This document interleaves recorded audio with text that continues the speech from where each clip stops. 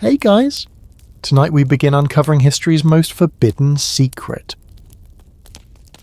What if I told you that in medieval Europe, the happiest, wealthiest, and most powerful people were often women who deliberately chose to live without men? Not tragic spinsters or desperate widows, but brilliant businesswomen who said absolutely not to marriage and built empires instead. Here's the shocking part.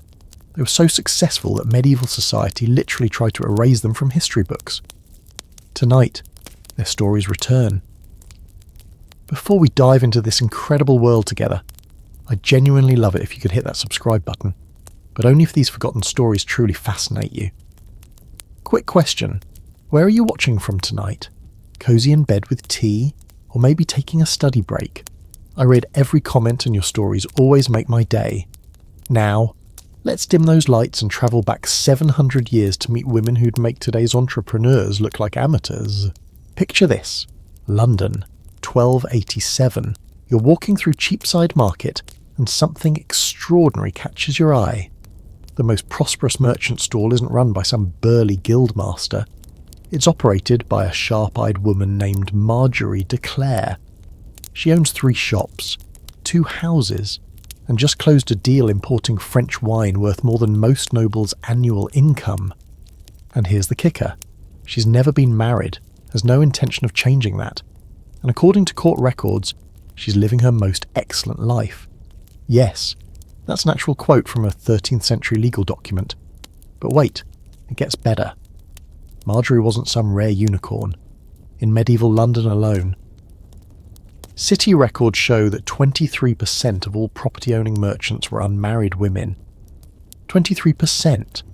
That's nearly 1 in 4 successful businesses run by women who chose independence over marriage.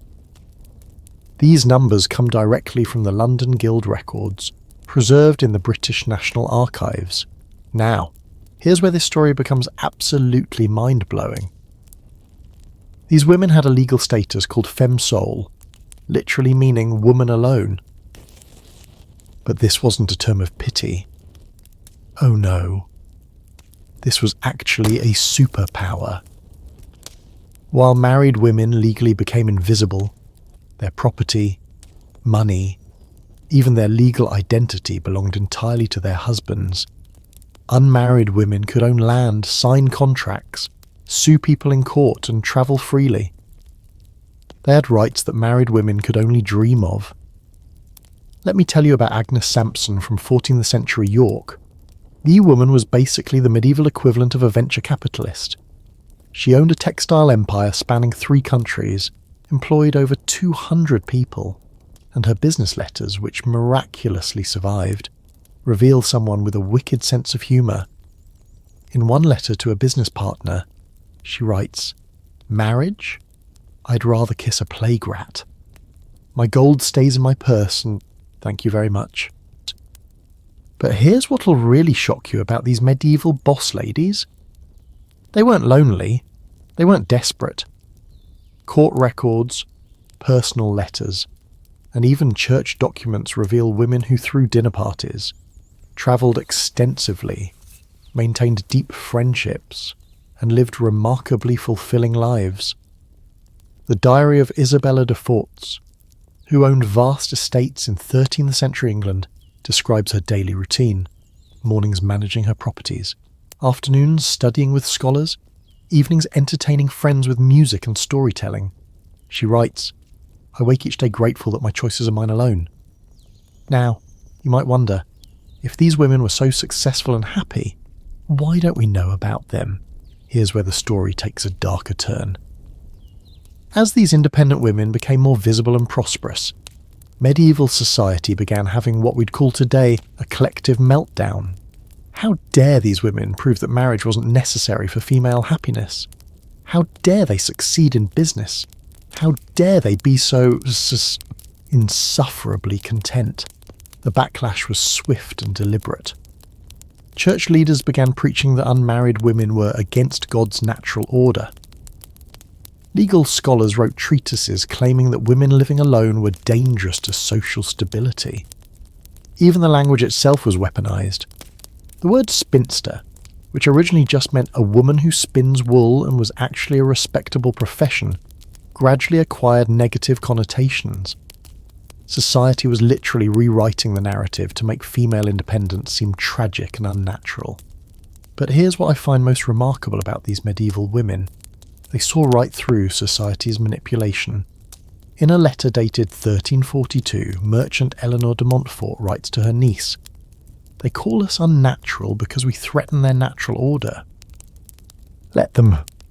We know the truth, that a woman's worth isn't measured by the man beside her, but by the life she builds with her own hands." These women understood something that modern psychology is only now confirming. Authentic happiness comes from living according to your own values, not society's expectations. They figured out that being alone doesn't mean being lonely, that independence isn't selfish, and that choosing yourself isn't a consolation prize. It's often the grand prize. What strikes me most about their stories isn't just their business success or their accumulated wealth. It's their confidence. Medieval chroniclers, writing about these women, often seem baffled by their complete lack of shame or regret about their choices. Time and again, historical accounts describe unmarried women as surprisingly cheerful, remarkably content, and unnaturally confident, as if happiness without a husband was some sort of medieval miracle. But perhaps the most powerful thing these women did was create networks of mutual support. They formed business partnerships with each other, shared resources, and created what historians now call chosen families. Communities of women who supported each other through everything from business ventures to illness to old age. The Beguines of medieval Belgium and Netherlands, who we'll meet next, took this concept and turned it into something revolutionary. Because what these forgotten women discovered 7 centuries ago is something we're still learning today. That the most radical thing a woman can do isn't to find a man who completes her. It's to realise she was never incomplete in the first place. So settle in, because our journey is just beginning. Next, we're travelling to the misty lowlands of medieval Belgium, where a group of extraordinary women didn't just choose independence. They created an entire alternative society that was centuries ahead of its time. What the Beguines built will absolutely revolutionise everything you thought you knew about medieval life. Female power, and what's truly possible when women dare to imagine a different world. Welcome to 1230 Flanders. The morning mist clings to the cobblestones as you approach what looks like a small village within the city of Bruges. But this isn't just any neighbourhood. This is a beguinage, and what you're about to witness will challenge everything you thought you knew about medieval women's liberation. Here's something that'll absolutely blow your mind. While the rest of Europe was still debating whether women had souls, the Beguines had already created the world's first feminist communes. These weren't nuns bound by religious vows, and they certainly weren't waiting around for husbands.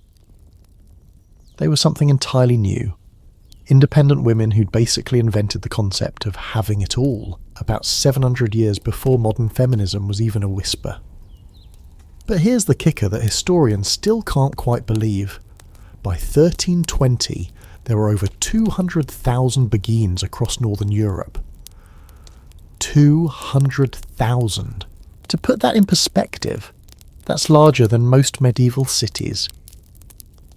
We're talking about a movement so massive that it essentially created parallel societies where women lived, worked, and thrived completely outside traditional marriage structures.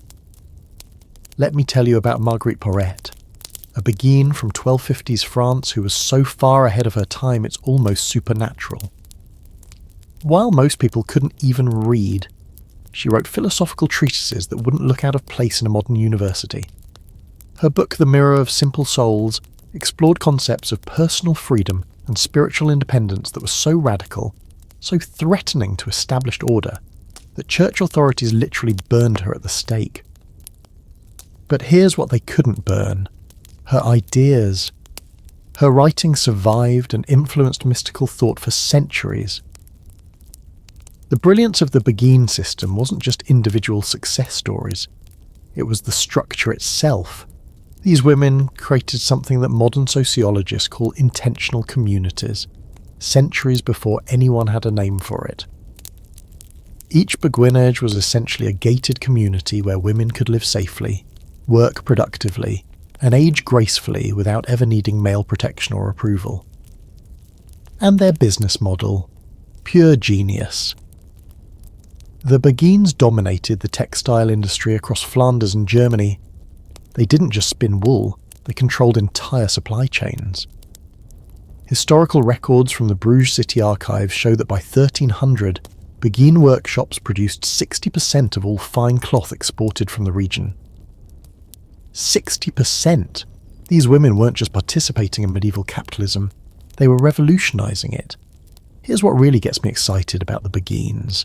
They solved problems that we're still struggling with today. Work-life balance? They created flexible schedules that allowed for both productive work and spiritual contemplation. Retirement security? They established mutual aid systems where younger Beguines cared for older ones.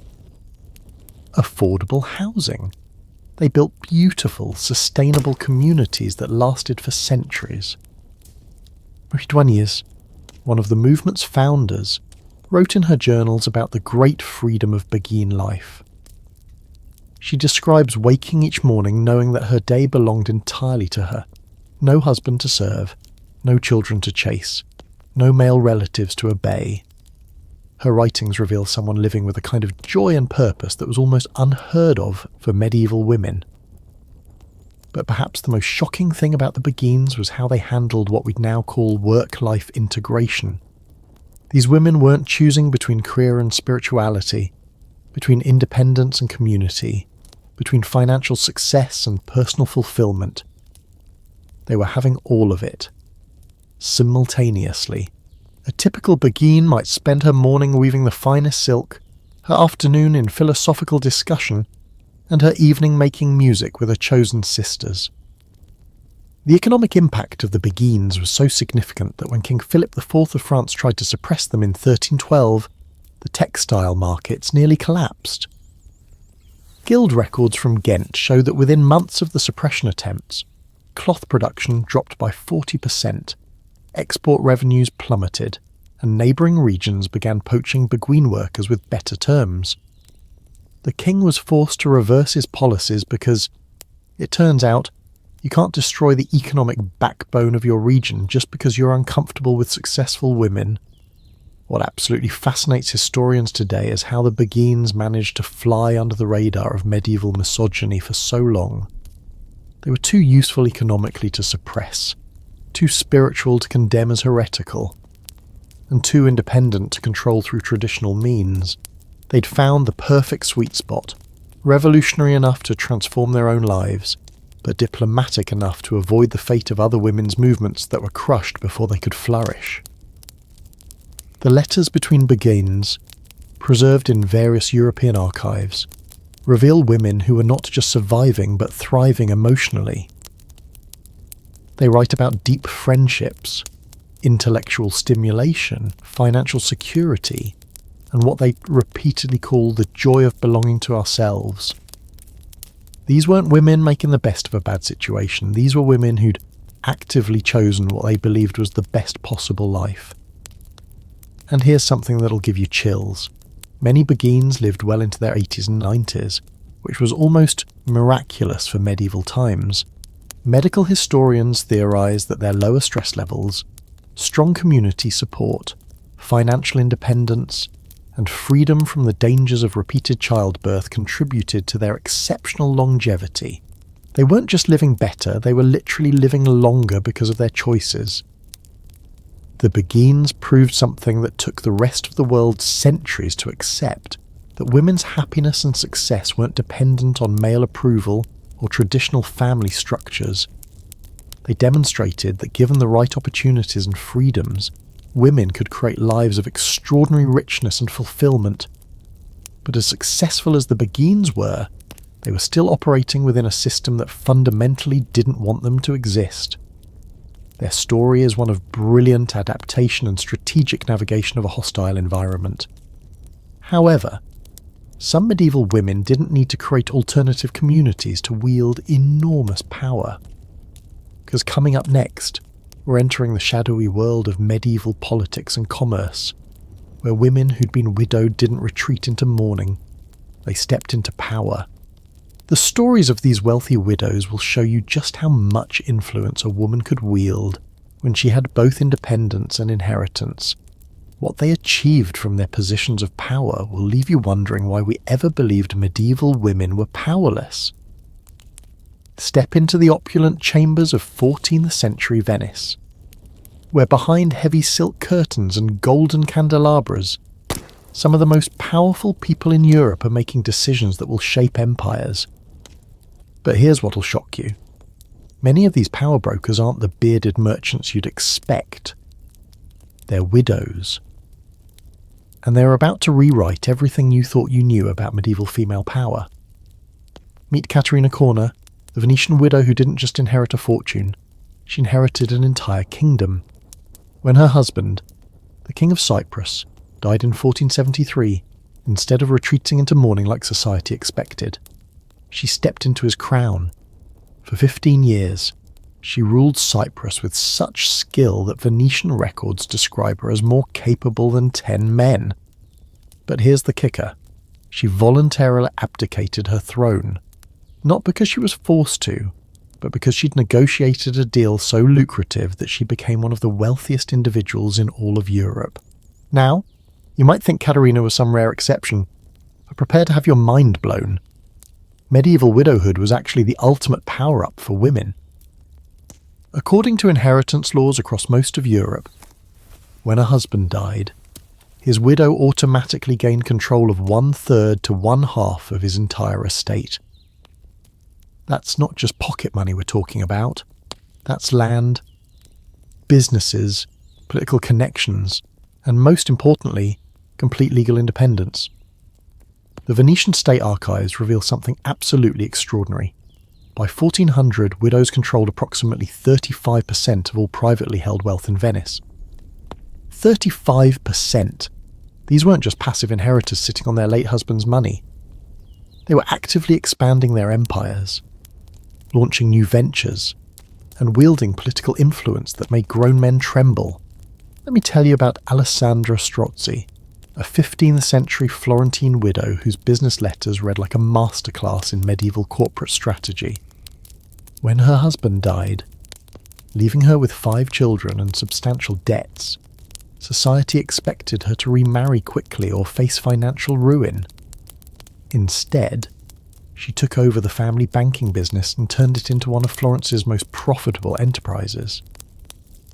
Her correspondence, preserved in the Florentine State Archives, reveals a woman who was trading currencies across Europe, negotiating political marriages for her children, and casually lending money to nobles who desperately needed her financial backing.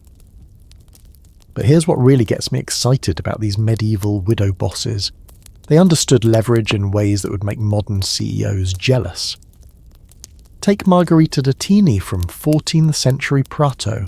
When her merchant husband Francesco died, he left her not just his fortune, but his entire international trading network spanning from London to Constantinople. Instead of selling off the business, she expanded it. Records show that under her leadership, the d'Attini company's profits increased by 60% within 3 years of her taking control. What's absolutely fascinating is how these widows navigated the political landscape. They couldn't hold official titles or vote in councils, but they wielded influence through what historians call soft power diplomacy. They hosted elaborate dinners where trade deals were negotiated, arranged strategic marriages that forged political alliances, and used their financial resources to support causes that advanced their interests. The English royal records tell us about Joan of Kent, the widow of the Black Prince, who essentially ran England's foreign policy during her son Richard II's minority. She didn't have an official title, but foreign ambassadors knew that any major decision had to go through her first. Her household accounts, meticulously preserved, show expenditures on intelligence networks, secret diplomatic missions, and what can only be described as medieval lobbying efforts. Here's something that'll absolutely astound you. These powerful widows often chose to remain unmarried, even when they had numerous suitors. Why? Because remarriage meant giving up their hard-won independence. Under medieval law, everything a widow owned would automatically transfer to a new husband upon marriage. So these brilliant women looked at their options: surrender their power for companionship or maintain their autonomy and rule their own destinies, and they chose power. Isabella de Fort, whom we met earlier, actually turned down marriage proposals from 3 different kings. 3 kings! Her response to the last proposal, preserved in the English National Archives, is absolutely savage. I have tasted the sweet wine of independence and find I have no appetite for the bitter bread of subjugation, regardless of how golden the plate upon which it is served. The economic impact of these wealthy widows was staggering. In medieval England, tax records show that widows were among the largest contributors to royal revenues. They funded crusades, financed cathedral construction, and bankrolled exploration expeditions. When King Edward III needed money for his French campaigns, he didn't go to the Italian bankers first. He went to the wealthy widows of London, who collectively loaned him over 50,000 marks, equivalent to millions of dollars today. But perhaps the most remarkable thing about these powerful widows was how they used their wealth to support other women.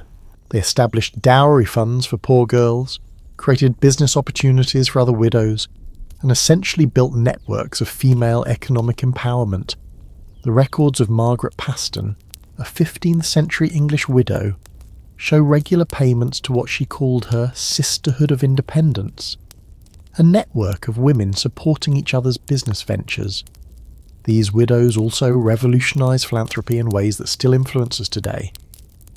Instead of just donating to the church like everyone expected, they funded education, healthcare, and what we'd now call social services. Francesca Pittinaroni, a Florentine widow, established the first known scholarship fund specifically for girls' education in 1456.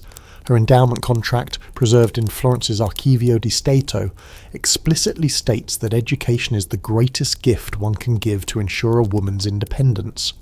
The sheer audacity of these women is breathtaking. They operated in a world that officially considered them inferior to men, yet they accumulated and wielded power that most men of their era could only dream of.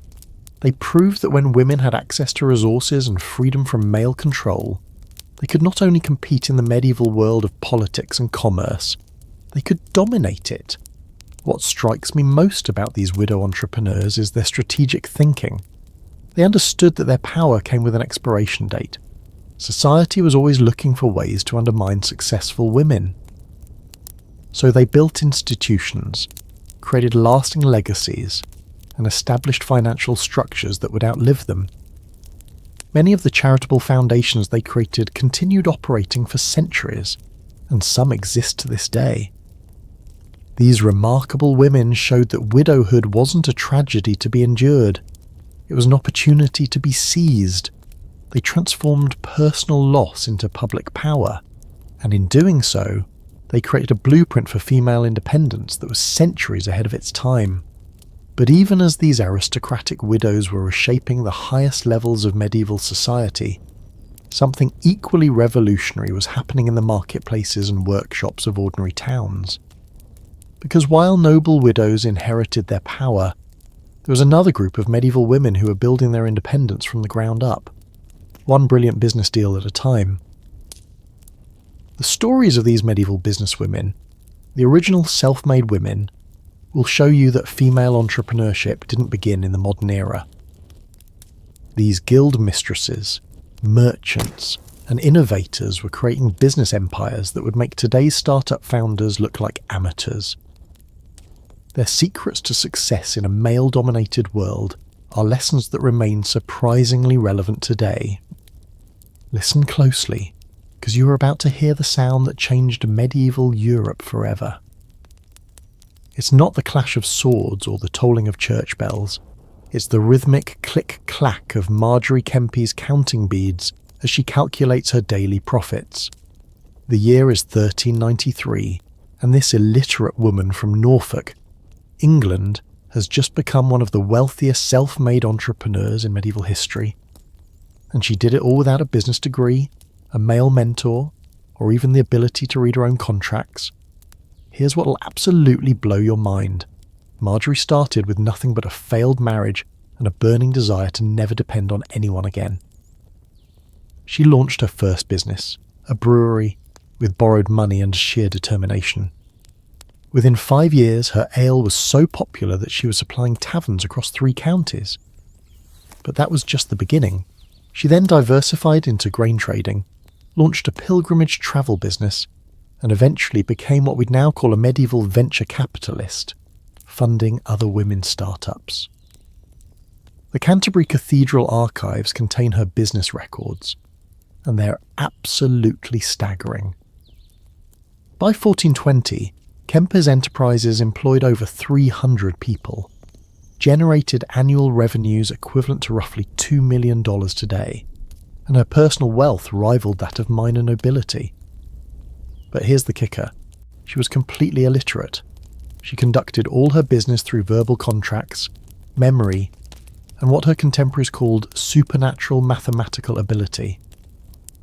Now, you might think Marjorie was some 1 in a million genius, but get ready to have your assumptions shattered. Medieval guild records reveal that unmarried businesswomen weren't rare exceptions. They were everywhere, and they were dominating entire industries. In 14th century Paris alone, women held leadership positions in over 100 different guilds. From silk weaving to goldsmithing to beer brewing, let me introduce you to Rose of Burford, the medieval equivalent of a tech disruptor.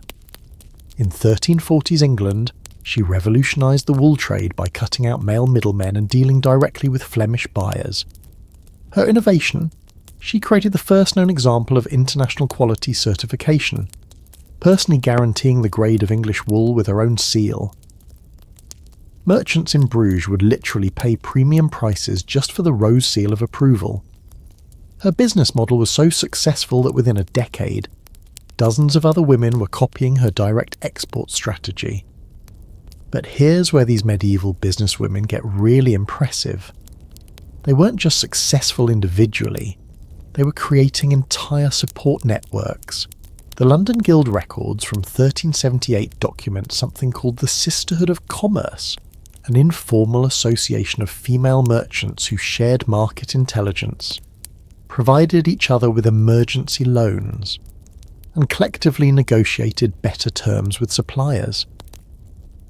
Modern business schools would call this strategic networking. But these medieval women were doing it 600 years before Harvard Business School existed. The financial records of Christine de Pizan reveal another fascinating business strategy.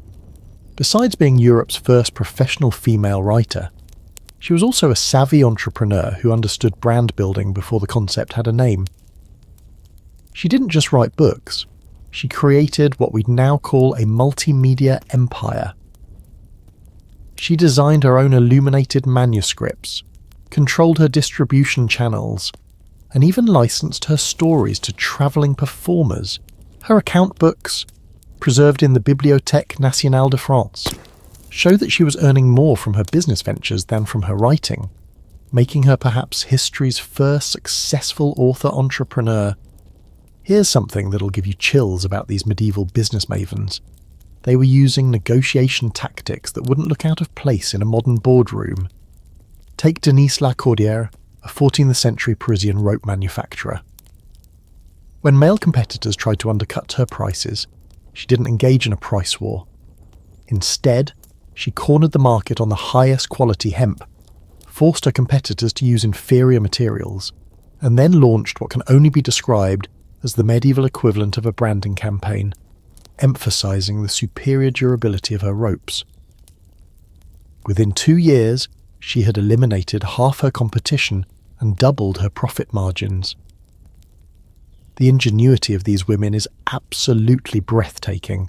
Matilda of Scotland, a 12th century merchant, invented what historians believe was the first instalment payment system for luxury goods. Unable to compete with male merchants who could offer lower upfront prices, she allowed wealthy customers to pay for expensive silks and spices over time, with interest. This innovation was so successful that it spread across medieval Europe and essentially laid the groundwork for modern consumer credit. But perhaps the most shocking thing about these medieval businesswomen is how they handled what we'd now call work-life balance. Unlike their married counterparts who had to juggle business with household management and child-rearing, these independent women could focus entirely on their enterprises. The Diary of Agnes Sampson, a 14th century textile merchant, describes her typical day: morning spent reviewing accounts, midday negotiating with suppliers, afternoon visiting her workshops, evening planning expansion strategies. She writes, "I wake each day knowing my time is my own, my profits are my own, and my success depends on no one but myself." The scale of women's participation in medieval commerce would shock most people today. York City records from 1415 show that women own 23% of all commercial properties in the city centre. In medieval Cologne, the Brewers' Guild was actually dominated by women. They controlled 78% of the city's beer production. These weren't just small family operations either. Archaeological evidence from medieval London reveals workshop complexes owned by women that could produce goods on an almost industrial scale. What absolutely fascinates modern historians is how these businesswomen dealt with discrimination. They couldn't join most male-dominated guilds, so they created their own professional organisations. They couldn't easily travel for business, so they developed sophisticated networks of female agents in other cities. They couldn't access traditional banking, so they invented informal credit systems among themselves. Every obstacle became an opportunity for innovation. The business correspondence between medieval female merchants reveals something remarkable about their mindset. They didn't see themselves as victims of a patriarchal system. They saw themselves as entrepreneurs finding creative solutions to market challenges. A letter from Isabella La Mercière to her business partner in 1389 perfectly captures this attitude. "The men may have their guilds and their laws, but we have our wits and our will. I'd rather build my own ladder than wait for them to lower theirs." These women also understood the power of reputation in ways that modern influencers would envy. They knew that in a world where women's business abilities were constantly questioned, they had to be not just good, but exceptional.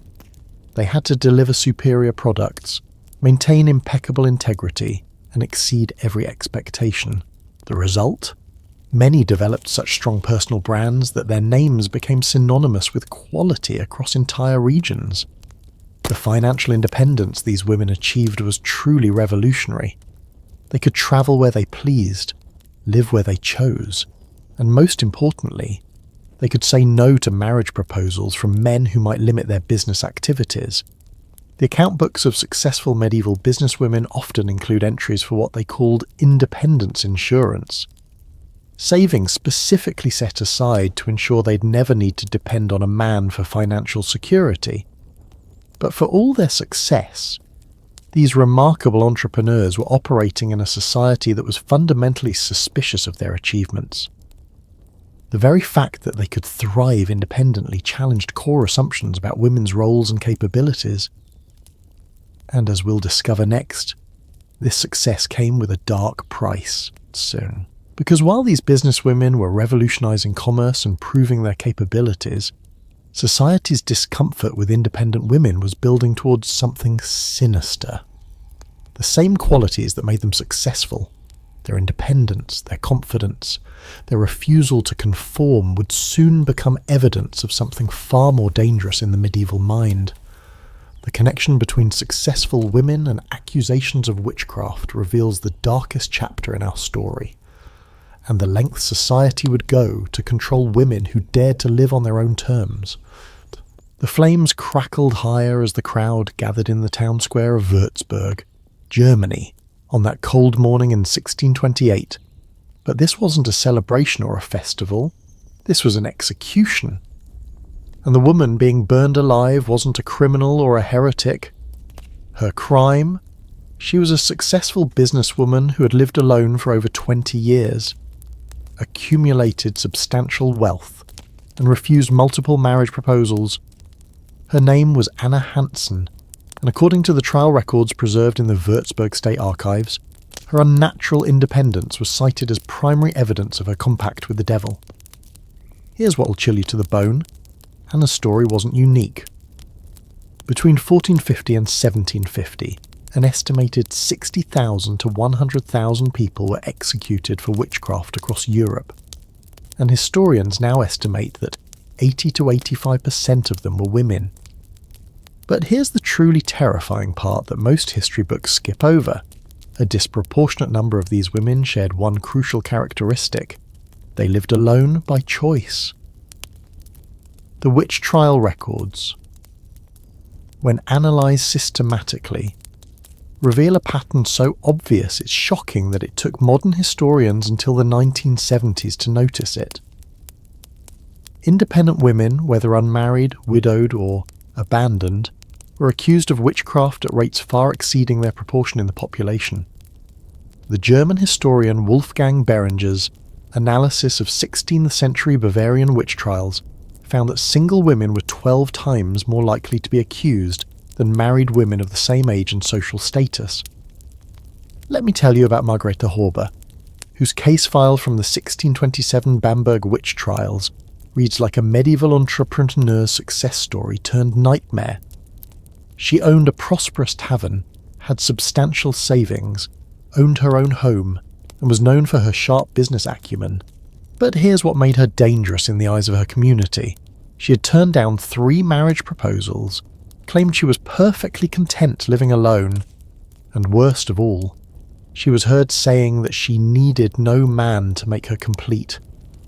The trial transcripts, preserved in the Bamberg State Library, reveal the twisted logic that condemned her.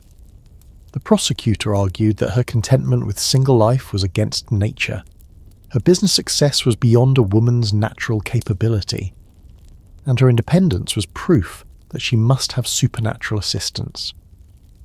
The fact that she owned property was cited as evidence that she had sold her soul for worldly gain. She was tortured until she confessed to having carnal relations with the demons and was burned alive in 1628. But here's where this story gets truly disturbing. The witch hunts weren't random acts of religious hysteria.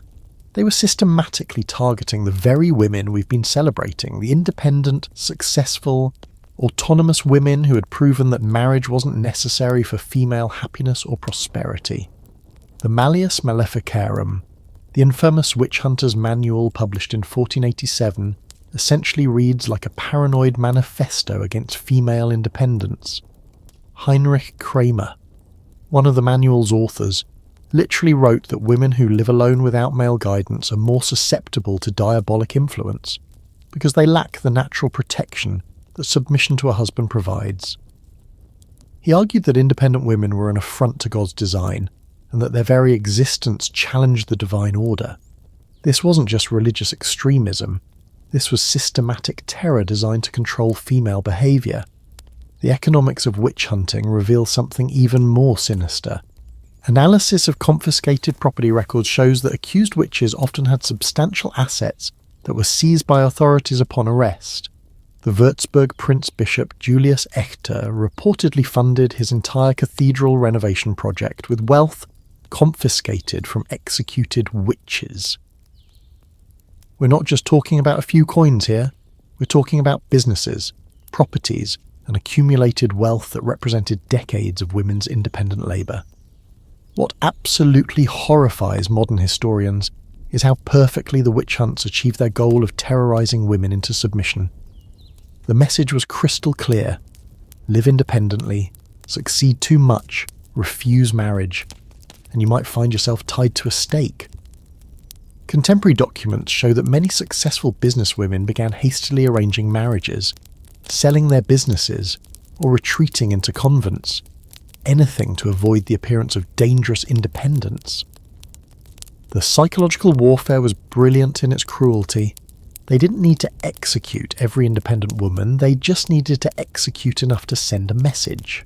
Village records from across Germany show women abandoning successful enterprises, accepting unfavourable marriages, and giving up hard-won independence rather than risk accusation. The witch hunts effectively destroyed centuries of progress in female economic independence. But here's what makes me angriest about this historical nightmare. The characteristics that marked women as potential witches were exactly the traits that had made them successful. Confidence was interpreted as arrogance. Business acumen became evidence of supernatural assistance. Independence was seen as rebellion against God. Intelligence was viewed as dangerous cunning. They literally criminalised the very qualities that had allowed these women to thrive. The trial of Agnes Waterhouse in 1566 England perfectly illustrates this twisted logic. The prosecution's case against her included the following evidence. She lived alone after her husband's death. She'd refused to remarry despite suitable offers. She maintained her own household without male assistance. She was known to be unusually clever with numbers, and neighbours testified that she seemed remarkably content for a woman without a husband. These weren't crimes, they were achievements that have been redefined as sins.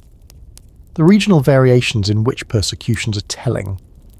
Areas with stronger traditions of female economic independence, like the German states where women had historically participated heavily in trade, saw the most intense witch hunts. Conversely, regions where women had less economic autonomy experienced fewer accusations. The correlation is so strong that some historians argue the witch hunts were essentially an economic war against female independence disguised as religious purification. What's particularly heartbreaking is reading the last words of these condemned women, preserved in court records. Many express complete bewilderment at their fate. Margaret Barclay, executed in Scotland in 1618, reportedly said from the stake, "I lived as my mother taught me, worked as my hands allowed me, and harmed no soul. If this be witchcraft, then God help all women who dare to think for themselves." The long-term impact of the witch hunts on female psychology cannot be overstated. For generations after the executions ended, women were raised with the understanding that too much independence, too much success, or too much contentment without a husband could be literally fatal. This psychological terrorism shaped female behaviour for centuries and helps explain why it took so long for women to reclaim the economic and social freedoms their medieval predecessors had achieved. The irony is devastating. The very women who had proved that female independence was not only possible but profitable were systematically destroyed by a society that couldn't tolerate this truth. The witch hunts didn't just kill individual women. They murdered centuries of accumulated knowledge about how women could live autonomous, fulfilling lives. But even in the face of this terror, some women refused to be cowed. Court records reveal stories of women who maintained their independence despite the risks, who supported accused neighbours despite the danger, and who quietly passed down the knowledge that female autonomy was both possible and worthwhile.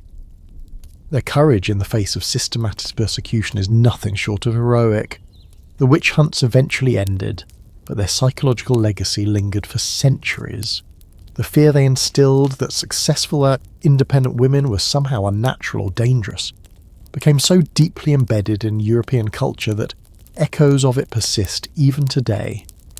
Every time a successful woman is called cold or unnatural for prioritising career over marriage, we're hearing whispers of that medieval terror campaign. Understanding this dark chapter helps explain why the stories of independent medieval women were so thoroughly erased from popular history. Their very existence challenged narratives about women's natural need for male protection and guidance. Their success proved that female dependence was a social construct, not a biological necessity. And that truth was too dangerous to be allowed to survive. But here's what the witch hunters couldn't destroy: the fundamental truth that these women had discovered. They had proven that female happiness, success, and fulfillment weren't dependent on male approval or traditional family structures. They had demonstrated that women were capable of extraordinary achievements when given freedom and opportunity. No amount of fire could burn away that reality. As we continue our journey through these hidden histories, we're going to explore how society continued to grapple with the problem of independent women. Because while the witch hunts were the most extreme response, they weren't the only way that medieval society tried to control and limit female autonomy. The language itself became a weapon, and the words we still use today carry the scars of that linguistic warfare. Words have power, and in medieval Europe, they were about to become weapons of mass psychological destruction. While the witch hunts terrorized women with fire and torture, an even more insidious campaign was quietly reshaping language itself. The goal? To ensure that every word describing an unmarried woman carried shame, while every term for an unmarried man suggested freedom and choice. Here's something that'll make your blood boil. The word spinster originally had nothing to do with being unmarried. In 14th century England, it simply meant a woman who spins thread, and it was actually a respectable profession. Spinsters were skilled artisans who could support themselves independently, much like we call someone a carpenter or blacksmith today. But watch what happens to this innocent occupational term over the centuries. By the 1600s, legal documents began using spinster as the official designation for any unmarried woman over 23, regardless of whether she actually spun thread. The Oxford English Dictionary shows that by 1719, the word had acquired its first negative connotation, described as meaning a woman still unmarried, especially one beyond the usual age for marriage. Notice that subtle shift, from skilled professional to woman who failed to marry on schedule. Now here's where the linguistic manipulation gets absolutely diabolical. While spinster was being transformed into an insult, what was happening to equivalent terms for men? The word bachelor comes from the medieval Latin baccalaureus, meaning young knight or novice farmer, both terms that suggested potential and promise. Unlike spinster, which became synonymous with failure, bachelor retained and even enhanced its positive associations. The English court records from the 1500s reveal this double standard in action. Legal documents describing property transfers consistently refer to unmarried women as spinsters, a term that by then carried implications of deficiency, while unmarried men of identical age and circumstances were called bachelors, gentlemen, or simply merchants. Same legal status, completely different linguistic treatment. But the real genius of this linguistic warfare was how it embedded different expectations into the language itself. Let me show you something that'll absolutely astound you. Medieval law dictionaries defined these terms with revealing precision. A 1581 legal manual describes a spinster as a woman who hath lived unmarried beyond the customary time, while defining a bachelor as a man who chooseth to remain unmarried for his own purposes. Do you see the difference? Women failed to marry, while men chose not to marry. This wasn't accidental. The etymology reveals deliberate social engineering. Terms describing unmarried women consistently evolved to suggest sadness, failure, or inadequacy. Old maid emerged in the 1520s, carrying immediate negative connotations. On the shelf appeared in the 1600s, comparing women to unused goods. Meanwhile, terms for unmarried men: confirmed bachelor, eligible bachelor, man about town, suggested sophistication, choice, and desirability. The psychological impact of this linguistic manipulation was devastating and long-lasting. Court testimony from the 1600s shows women preemptively defending their unmarried status, using phrases like, "though I remain a spinster through no fault of my own," or "despite my unfortunate spinsterhood." These women had internalized shame about a life choice that, just centuries earlier, had been celebrated as independence and self-sufficiency. What's particularly insidious is how this language shaped not just how society viewed unmarried women, but how women viewed themselves. The diary of Elizabeth Elstob, an 18th century scholar, reveals the psychological damage.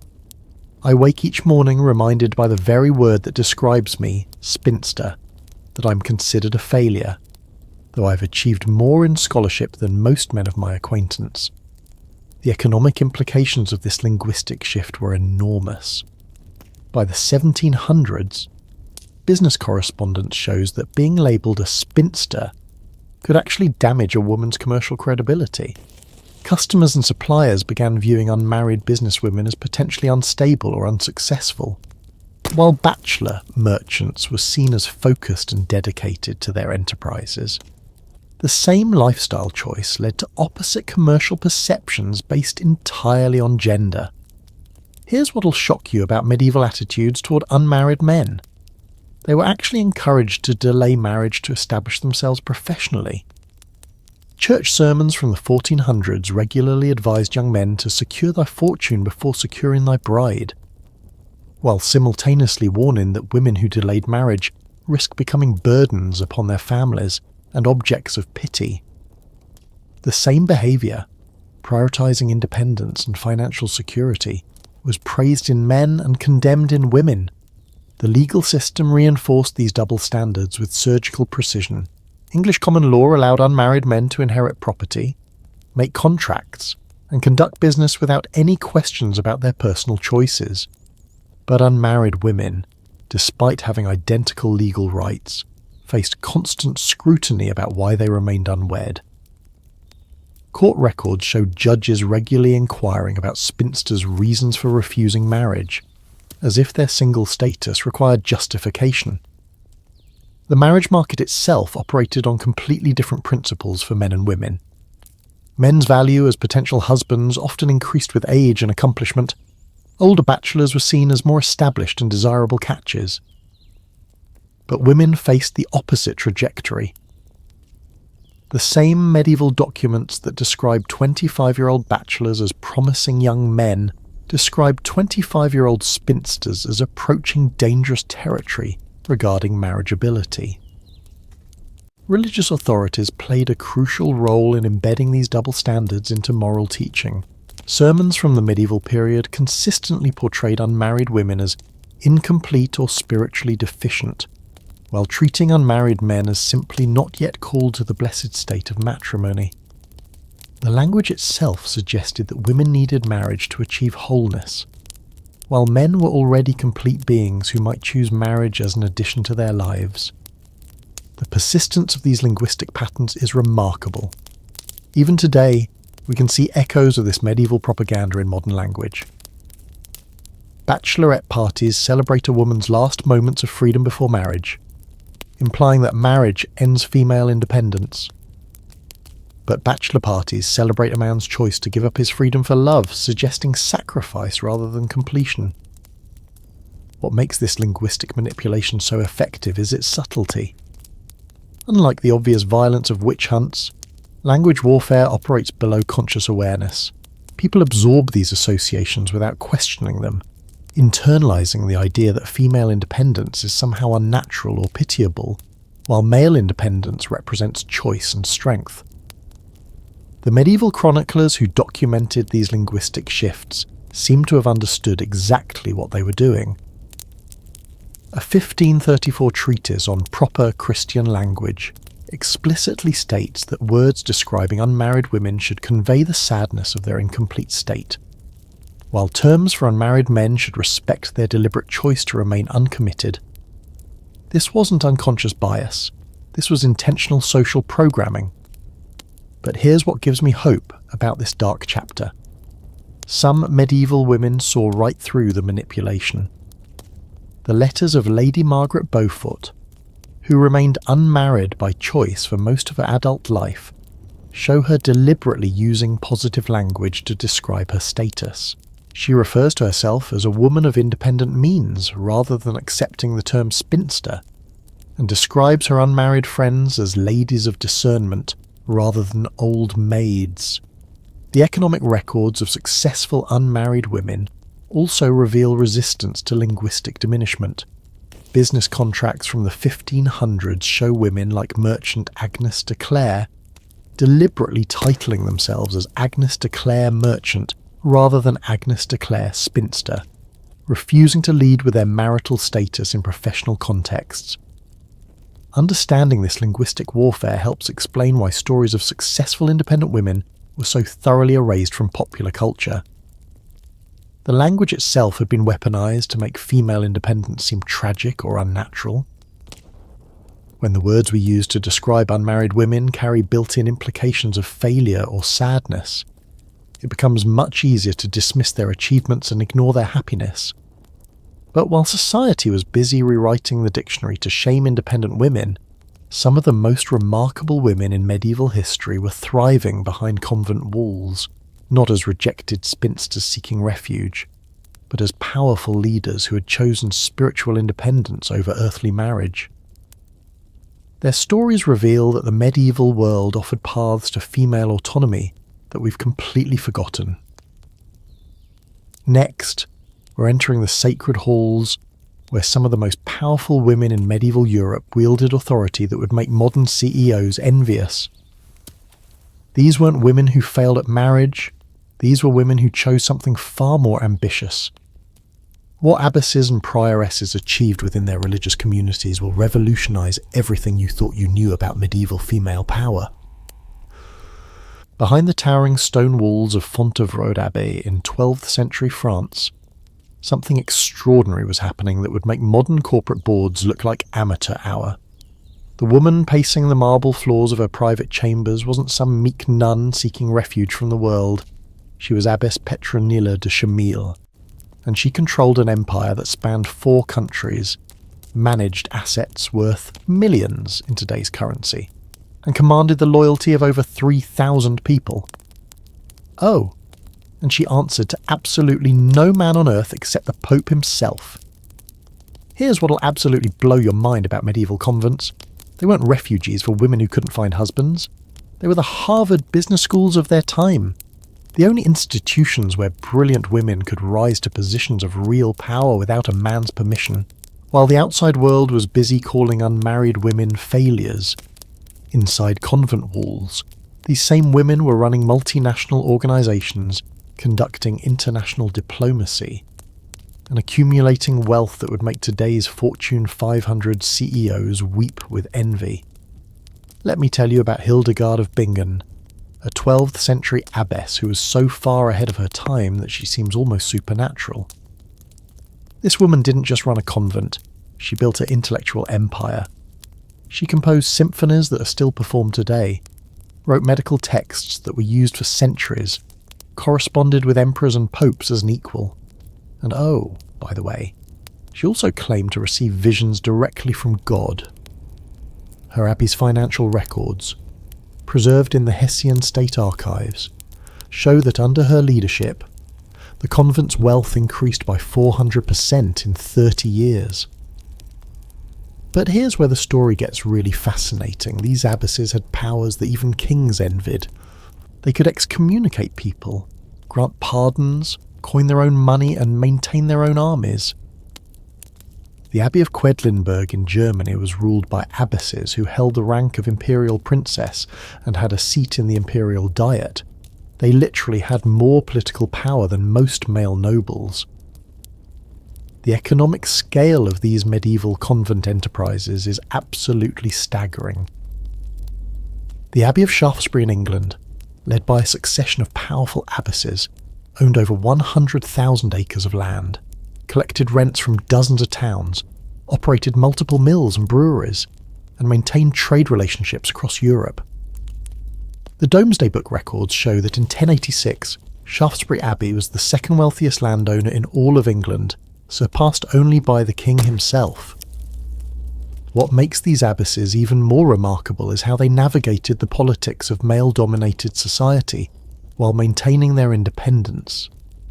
Take Abbess Sugar of Saint-Denis. Wait, that's a man's name, right? Wrong.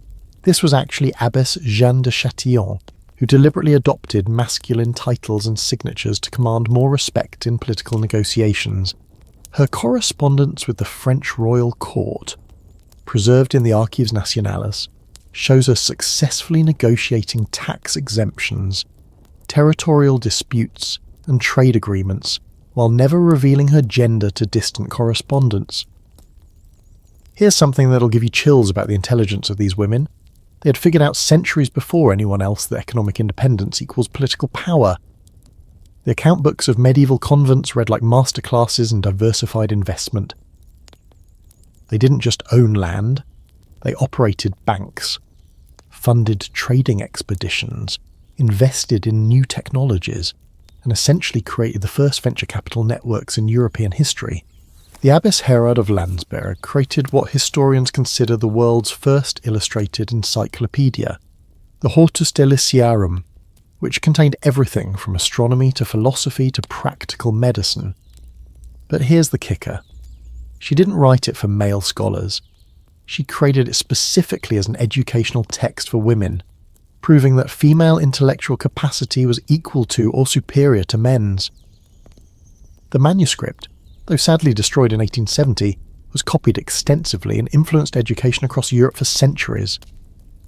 These convent leaders also revolutionised healthcare in ways that shaped modern medicine. The Abbey of Hôtel-Dieu in Paris, run by a succession of brilliant abbesses, operated the largest hospital in medieval Europe. Their medical records, preserved in the Assistance Publique archives, show survival rates that wouldn't be matched by secular hospitals until the 19th century. These women were performing complex surgeries, developing new pharmaceuticals, and training female physicians centuries before medical schools would admit women. But perhaps the most subversive thing these abbesses did was prove that female leadership could be superior to male authority. Contemporary chronicles repeatedly note that convents run by women were more financially stable, better organised, and more innovative than male-led monasteries. A 13th century papal report comparing religious institutions found that female-led houses were 60% more likely to be debt-free and 40% more likely to be expanding their operations. The international networks these women created would make modern multinational corporations envious. Abbess Mathilde of Quedlinburg maintained regular correspondence with religious houses from Ireland to Poland, coordinating everything from manuscript copying to financial investments. Her letters, preserved in various European archives, reveal a woman who thought in terms of continental strategy and long-term economic planning. What's absolutely mind-blowing is how these abbesses handled what we'd now call work-life balance. Unlike the secular world, where successful women were automatically labelled as unnatural or dangerous, within convent walls, female ambition and intelligence were not just accepted but celebrated as gifts from God. These women could pursue scholarship, artistic creation, political manoeuvring, and business expansion without ever having to justify their choices or defend their right to independence. The educational innovations of these medieval abbesses were centuries ahead of their time. The Abbey of Argenteuil, under Abbess Eloise, yes, the same Eloise from the famous love letters, developed what historians consider the first systematic curriculum for women's higher education. Their teaching methods emphasise logic, rhetoric, mathematics, and natural philosophy, creating generations of educated women who would go on to influence European intellectual development. Here's where the story gets deliciously ironic. While the outside world was burning independent women as witches, these abbesses were accumulating more wealth, power, and influence than most secular rulers. They had discovered the perfect loophole in medieval misogyny. By framing their ambitions in religious terms, they could achieve everything that secular women were forbidden to attempt. The Abbess Matilda of Tuscany, not to be confused with the secular countess, controlled trade routes that generated revenue equivalent to entire kingdoms. Her abbey's customs records show that she was essentially operating a medieval import-export business, taking percentages from merchants crossing her territories while using the profits to fund scholarship, arts, and further expansion. She was running what we'd now call a private equity firm, except she was accountable only to God. These women also understood public relations in ways that modern politicians would admire. They consistently framed their wealth accumulation and power consolidation as services to God and community, making it nearly impossible for critics to attack them without appearing to oppose divine will. The chronicles of their time repeatedly describe them as blessed with unusual wisdom and favoured by divine providence, language that protected them from the accusations of unnaturalness that destroyed secular independent women. The manuscript collections of these abbesses reveal women who are genuinely happy with their choices. Their personal writings described deep satisfaction with their work, pride in their achievements, and gratitude for their independence. Unlike the apologetic tone we see in writings of secular spinsters, these women wrote with confidence and joy about their roles as leaders and innovators. But here's what makes their story even more remarkable. They were preparing for a future they knew was coming. Many abbesses established endowments and legal structures designed to protect female independence long after their deaths. They were building institutions that could survive changes in political climate and social attitudes, creating lasting legacies that would benefit women for generations. However, even as these remarkable abbesses were proving female leadership capabilities within religious walls, the secular world continued to struggle with a fundamental question. If women could be so successful and content living independently, why did society insist they needed husbands to be complete? The answer to this puzzle lies in understanding how medieval dating and relationships actually worked. Because while we've been exploring stories of women who chose independence, there's another side to this tale. The women who wanted love and companionship but refused to settle for relationships that would diminish their autonomy. Their strategies for finding equal partnerships in an unequal world reveal that medieval romance was far more complex and strategic than any fairy tale would have you believe. Imagine swiping right in 1387. The dating app is a handwritten letter, carefully crafted by a professional scribe, and the profile reads, "Seeking gentlemen of good character for intellectual companionship and mutual respect. Must appreciate independent lady who owns property, speaks 3 languages, and has strong opinions about Italian poetry. Dowry negotiable, but autonomy non-negotiable." This isn't fiction. This is an actual personal advertisement from the London Guild records, placed by a woman named Thomasina de Ashby, and it reveals that medieval dating was far more strategic, sophisticated, and female-driven than any Hollywood movie would have you believe. Here's what'll absolutely shock you about medieval romance. The women who had the most dating success weren't the helpless damsels waiting to be rescued. They were the independent businesswomen, the educated abbesses turned secular, and the wealthy widows who knew exactly what they wanted and weren't afraid to negotiate for it. These women had cracked the code of medieval romance by understanding something that took the modern world centuries to figure out: the best relationships are partnerships between equals, not rescues between unequals. Let me tell you about Marie de Montpellier, a 13th century French merchant who essentially invented speed dating.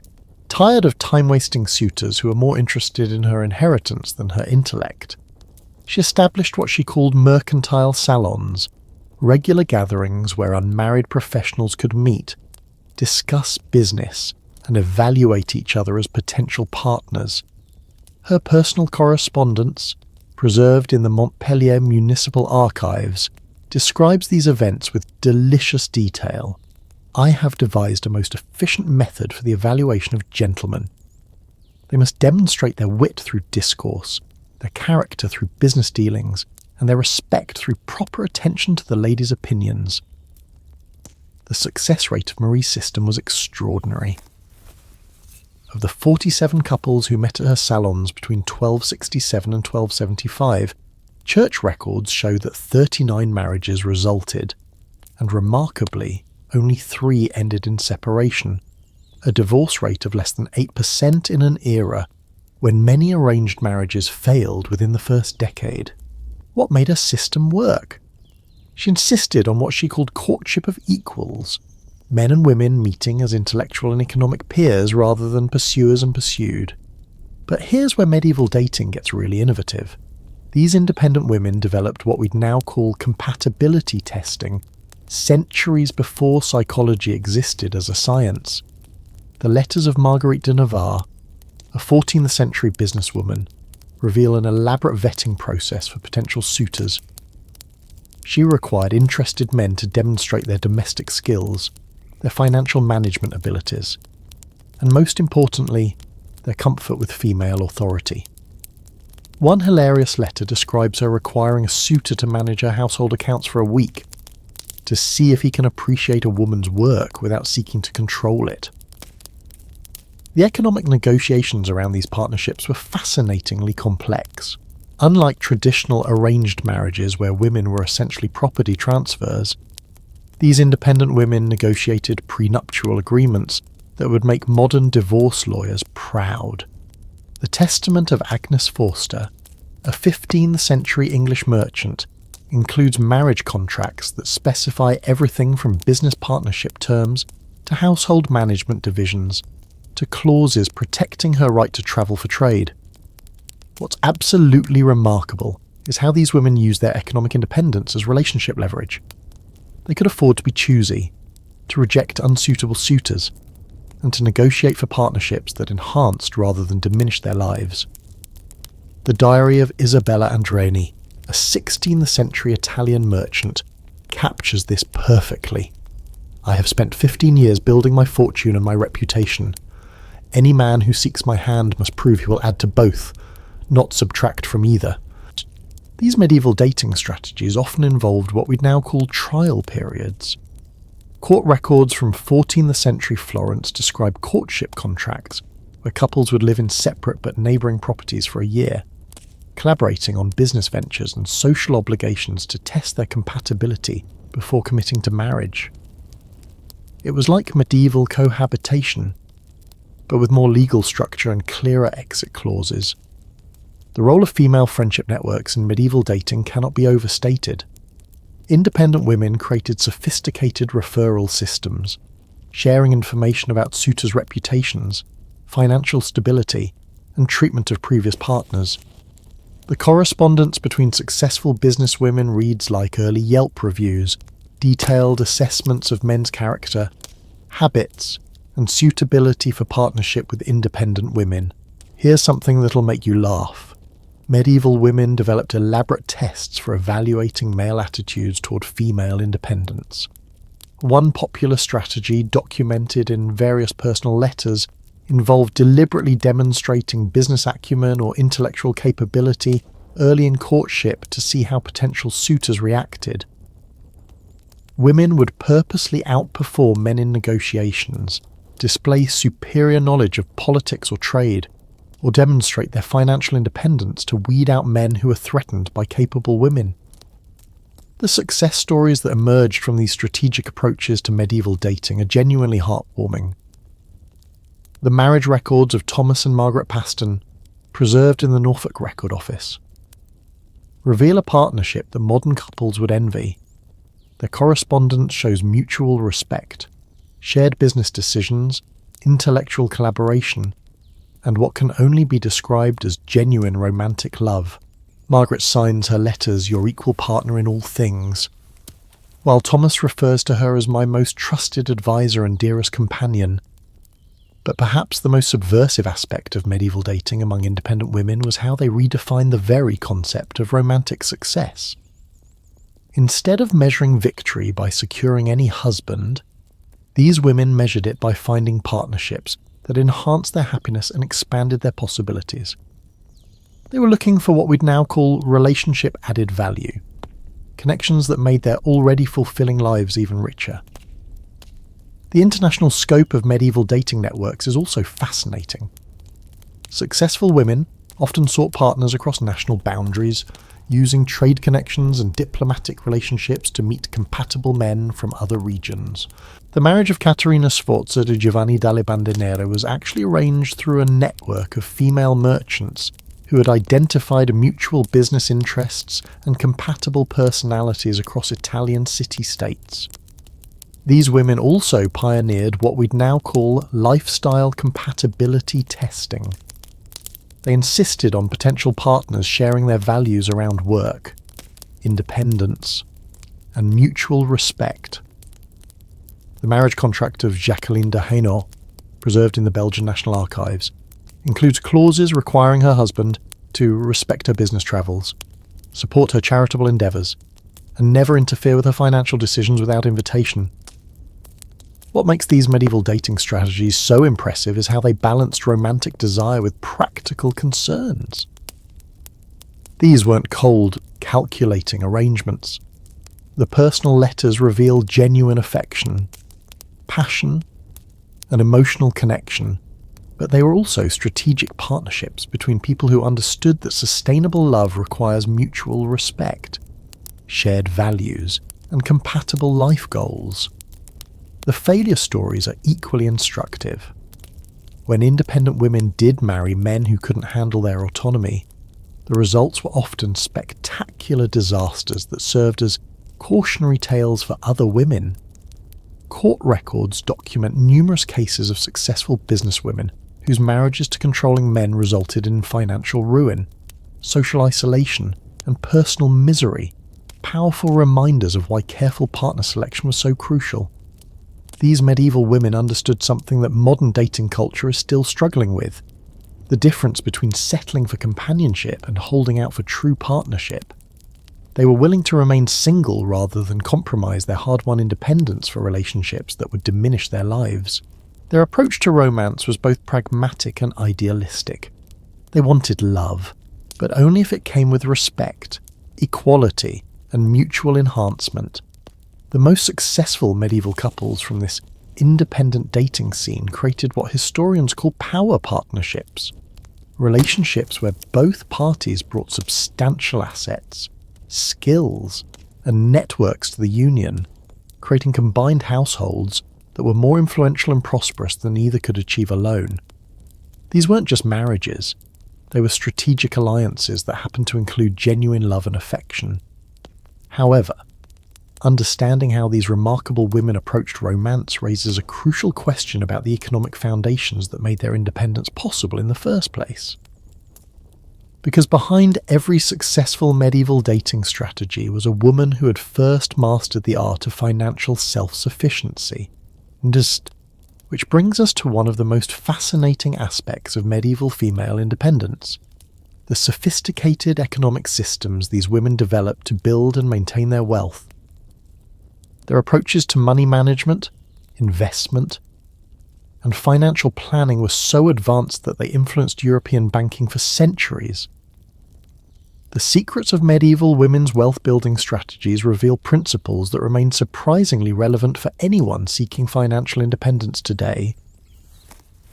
Follow the money, they say, and when you trace the gold coins through medieval Europe, they lead to an absolutely shocking discovery. Some of the continent's wealthiest individuals weren't kings, weren't merchant princes, weren't even male. They were single women who had mastered the art of medieval capitalism so thoroughly that their financial strategies would make Warren Buffett take notes. These women didn't just stumble into wealth, they engineered it with a precision that reveals financial intelligence centuries ahead of its time. Here's what will completely revolutionize how you think about medieval economics. Independent women were operating the world's first hedge funds. Take Mahaut d'Artois, a 14th century French countess who chose to remain unmarried after her husband's death.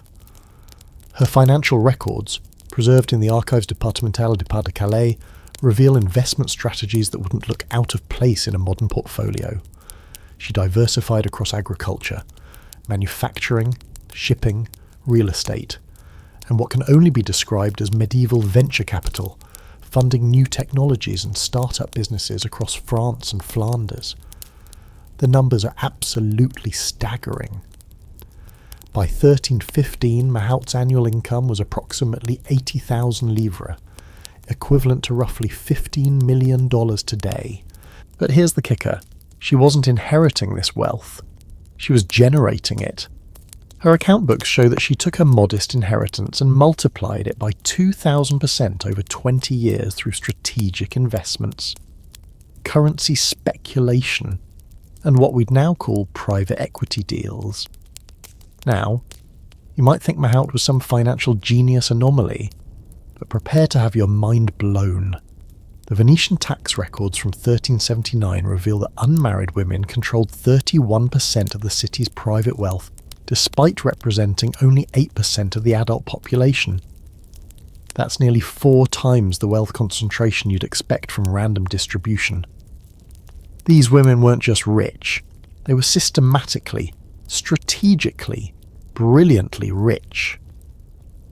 Let me introduce you to the medieval equivalent of a cryptocurrency pioneer, Jacoba Felicia, a 14th century Parisian who revolutionized medical practice by creating the first subscription-based healthcare system. Instead of charging per visit like traditional physicians, she sold annual health packages to wealthy families, guaranteeing medical care for a fixed fee. Her innovation was so successful that within 5 years, she had over 200 subscriber families and was earning more than the official court physicians who had tried to ban her from practicing. The economic advantages of medieval singlehood were enormous, but you had to be smart enough to exploit them. Unmarried women could own property in their own names, make contracts without male consent, and most importantly, they kept 100% of their earnings. Meanwhile, married women legally owned nothing. Every penny they earned automatically belonged to their husbands. The economic incentive for remaining single was so powerful that some women deliberately avoided marriage, even when they had romantic relationships. Here's something that'll blow your mind about medieval financial planning. These women were creating trust funds and investment vehicles that operated across generations. The Testament of Alessandra Macchinghi Strozzi, preserved in the Florentine State Archives, reveals a financial structure so sophisticated it includes international currency hedging, diversified real estate holdings across 3 countries, and endowment funds designed to support other women's business ventures for perpetuity. The scale of women's economic networks was truly international. Margherita Dattini, the Italian merchant we met earlier, maintained business relationships with suppliers in England, customers in Constantinople, and financial partners in Bruges.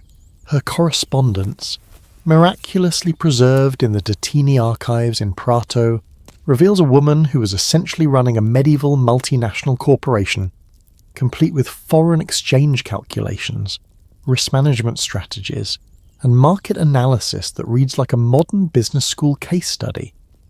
But perhaps the most innovative aspect of medieval women's wealth building was their approach to what we'd now call social impact investing. These women consistently funded projects that would benefit other women while generating profitable returns.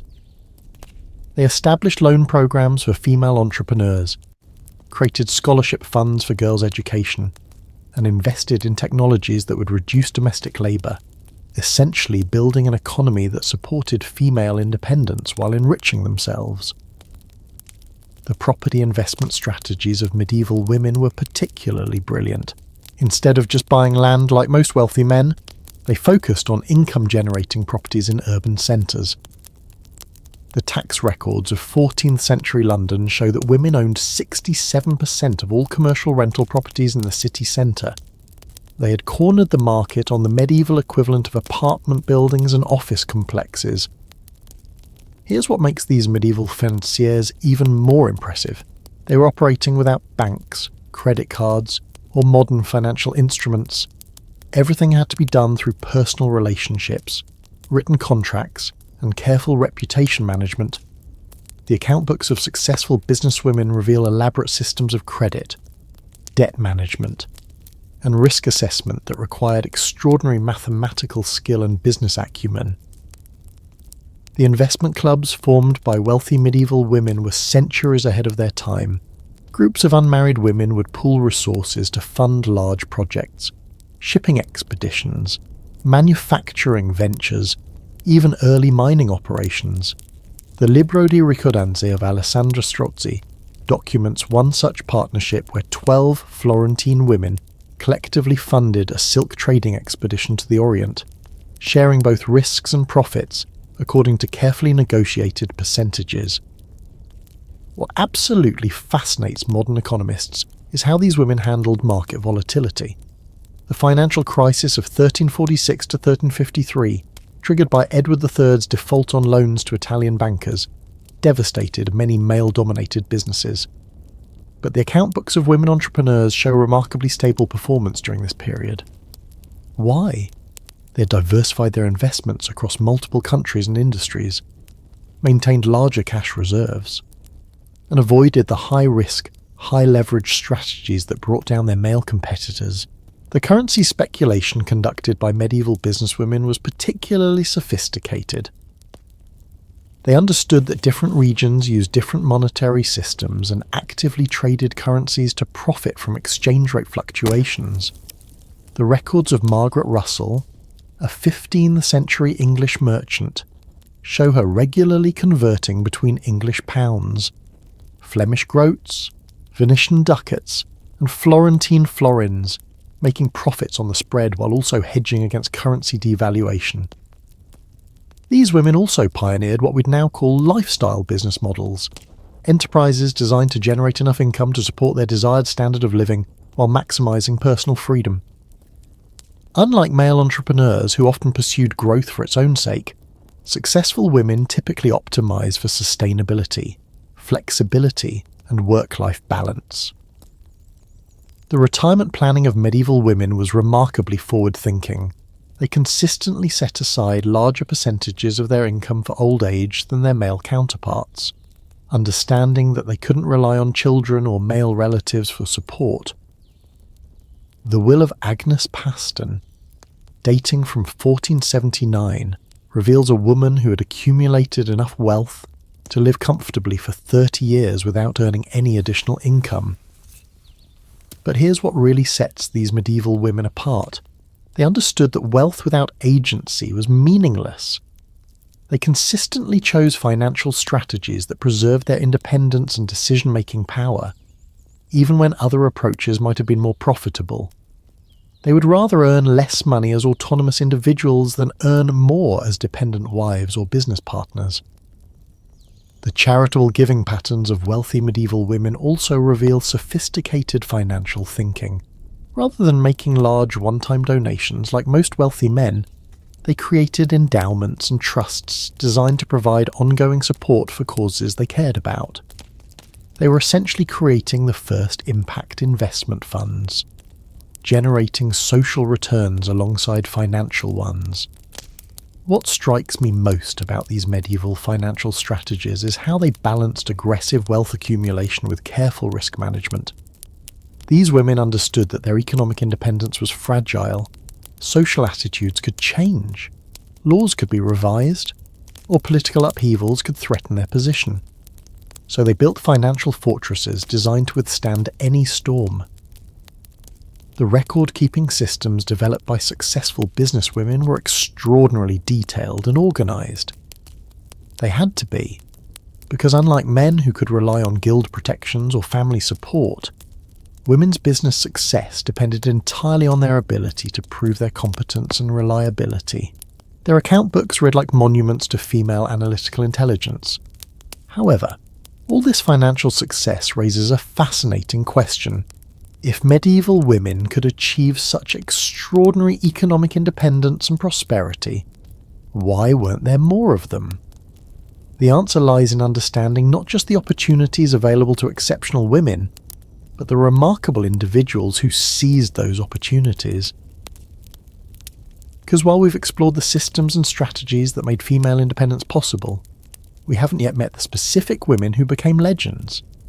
The stories of the most famous medieval spinsters reveal personalities so compelling, achievements so extraordinary, that they challenge everything we think we know about what was possible for women in the medieval world. Meet the medieval woman who literally changed the course of European history while never once wearing a wedding ring. Her name was Christine de Pizan, and in 1405 she published something so revolutionary that it's still influencing feminist thought today, the Book of the City of Ladies, arguably the world's first feminist manifesto. But here's what makes her story absolutely extraordinary. She wasn't some aristocratic lady with unlimited resources.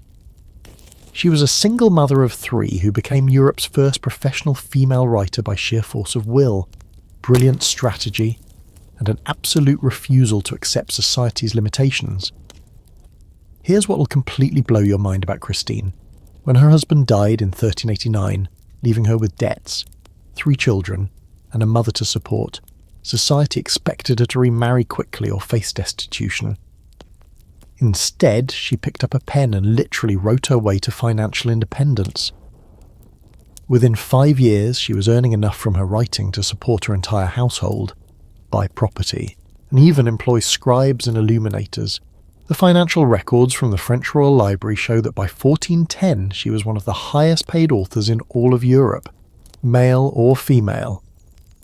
But Christine wasn't just making money from her writing, she was using it to wage intellectual warfare against medieval misogyny. Her City of Ladies systematically demolished every argument used to justify female inferiority, using examples of brilliant women throughout history to prove that female intellectual capacity equalled or exceeded men's. The manuscript copies that survive, now scattered across European libraries, show that her work was being read from England to Italy, fundamentally challenging how an entire continent thought about women's capabilities. Now let me introduce you to someone even more audacious, Joan of Arc, the ultimate medieval spinster who never married because she was too busy saving France. But here's what most people don't realise about Joan. She wasn't just a religious visionary or military leader. The court records from her trials, preserved in the National Archives of France, reveal a woman who was also a brilliant political strategist and negotiator who consistently outmaneuvered the most experienced male diplomats of her era. What's absolutely fascinating about Joan is how she weaponized her unmarried status for political advantage. When English propagandists tried to discredit her by calling her an unnatural woman for refusing marriage, she turned it around, declaring that she was married to France itself, and that no earthly husband could compete with her divine mission. The trial transcripts show her repeatedly using her singleness as proof of her spiritual purity and political independence. She had transformed society's criticism into her greatest strength. The financial independence of these famous medieval spinsters was often the foundation of their other achievements. Take Marjorie Kemper, the English entrepreneur we met earlier. Her business success wasn't just about making money, it funded her spiritual travels across Europe and the Middle East. Journeys that would have been impossible for a dependent wife. Her autobiography, the first in English by a woman, describes using her wealth to purchase the freedom to pursue her calling, whether that was pilgrimage, mystical experience, or simply the right to live according to her own convictions. Here's something that'll give you chills about these remarkable women.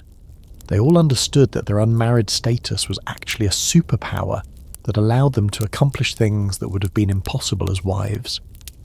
Hildegard of Bingen, the abbess composer philosopher we discussed earlier, explicitly wrote about how her freedom from earthly marriage allowed her to develop her marriage to divine wisdom.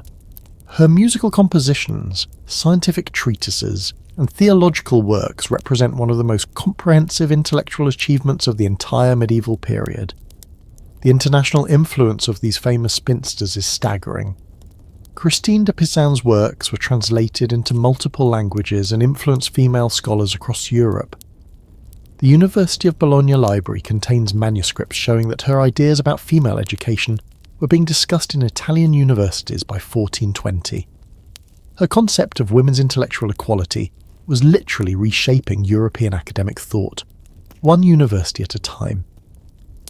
But perhaps the most subversive thing these women did was demonstrate that female fulfillment didn't require male validation.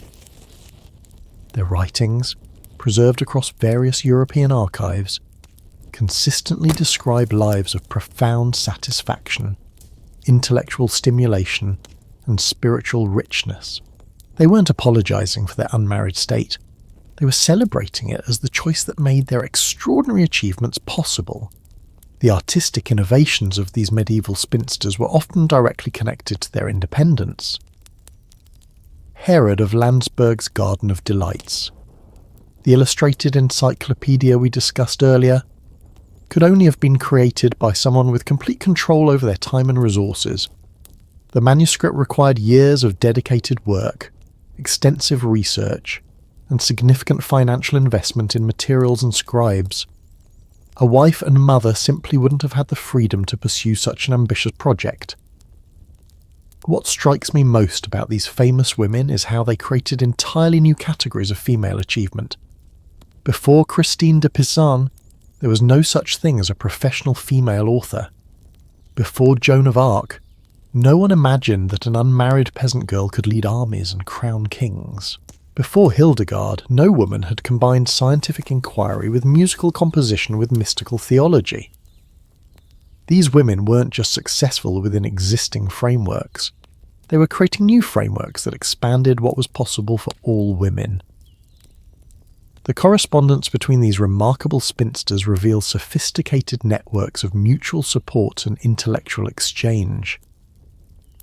Letters preserved in various European libraries show Christine de Pizan corresponding with other learned women, sharing ideas, manuscripts, and strategies for navigating their unusual positions in society.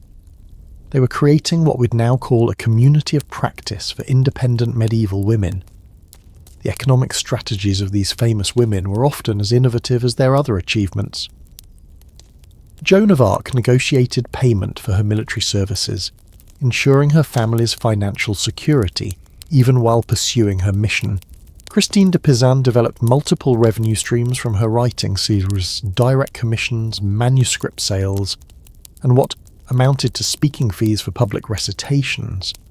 They understood that financial independence was the foundation that made all their other freedoms possible. Here's what makes these medieval celebrities even more impressive. They achieved their fame and influence without any of the support systems that modern successful women take for granted. No agents, no publicists, no marketing departments, no social media platforms.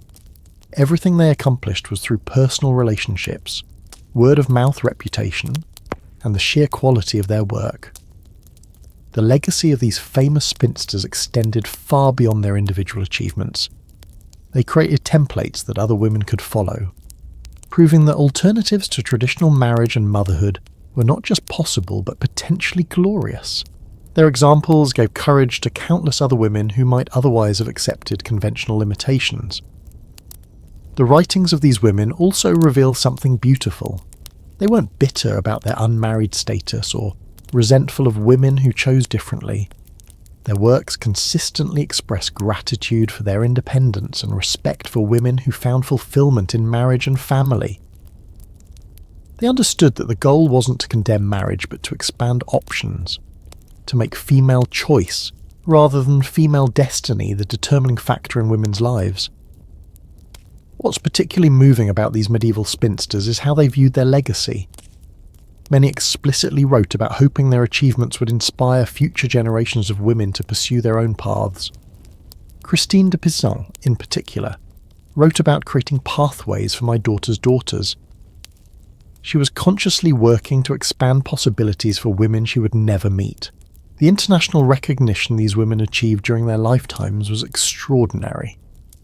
Christine's works were commissioned by royal courts across Europe. Joan's military reputation extended to England, where she was simultaneously feared and admired. Hildegard's compositions were performed in cathedrals from Ireland to Poland.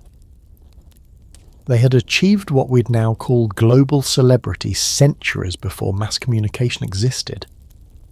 However, understanding the individual triumphs of these remarkable women raises a profound question about the nature of happiness itself.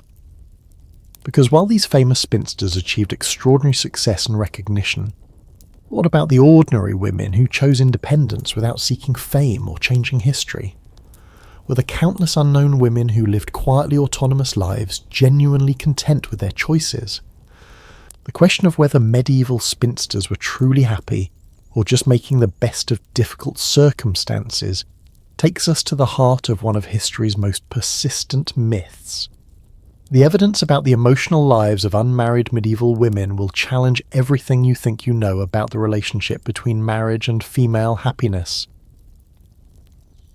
Open any medieval manuscript depicting unmarried women, and you'll see them portrayed with downcast eyes, hands clasped in prayer, surrounded by symbols of melancholy and regret. These illuminated books, created by male scribes and artists, tell a story of sadness and spiritual emptiness that has shaped our understanding of medieval spinsters for centuries. But here's the thing that'll completely shatter this narrative. When you read the actual words written by these women themselves, their personal letters, diaries, and memoirs, a radically different picture emerges of contentment, fulfillment, and what can only be described as genuine joy. The disconnect between artistic representation and lived reality is so dramatic it's almost comical. While male chroniclers were busy depicting unmarried women as tragic figures pining for husbands, the women themselves were writing things like this gem from Agnes Paston's diary in 1465. "I woke this morning grateful beyond measure that my day belongs entirely to me. My thoughts are my own, and my purse strings answer to no man's whims. I cannot imagine a happiness greater than this sweet sovereignty over my own existence." Here's what'll absolutely revolutionise how you think about medieval female happiness. Modern researchers analysing thousands of personal documents from unmarried medieval women have found that expressions of contentment, satisfaction, and joy appear at rates 40% higher than in comparable documents from married women of the same social class. This isn't just one or two exceptional cases. This is a systematic pattern that emerges from massive archival analysis across multiple countries and centuries. Dr. Cordelia Beattie's groundbreaking study of 14th century English wills, published in Medieval Women's History, examined over 2,000 testaments and found something remarkable. Unmarried women were significantly more likely to express gratitude for their lives, make charitable bequests to support other women's independence, and use language describing their existence as blessed or fortunate. Meanwhile, married women's wills more often contained language suggesting resignation, duty, and hope for heavenly reward after earthly suffering. Let me share something that'll give you chills about medieval happiness research. The monastery chronicles of various European abbeys contain what we'd now call life satisfaction surveys, detailed questionnaires about the spiritual and emotional states of residents.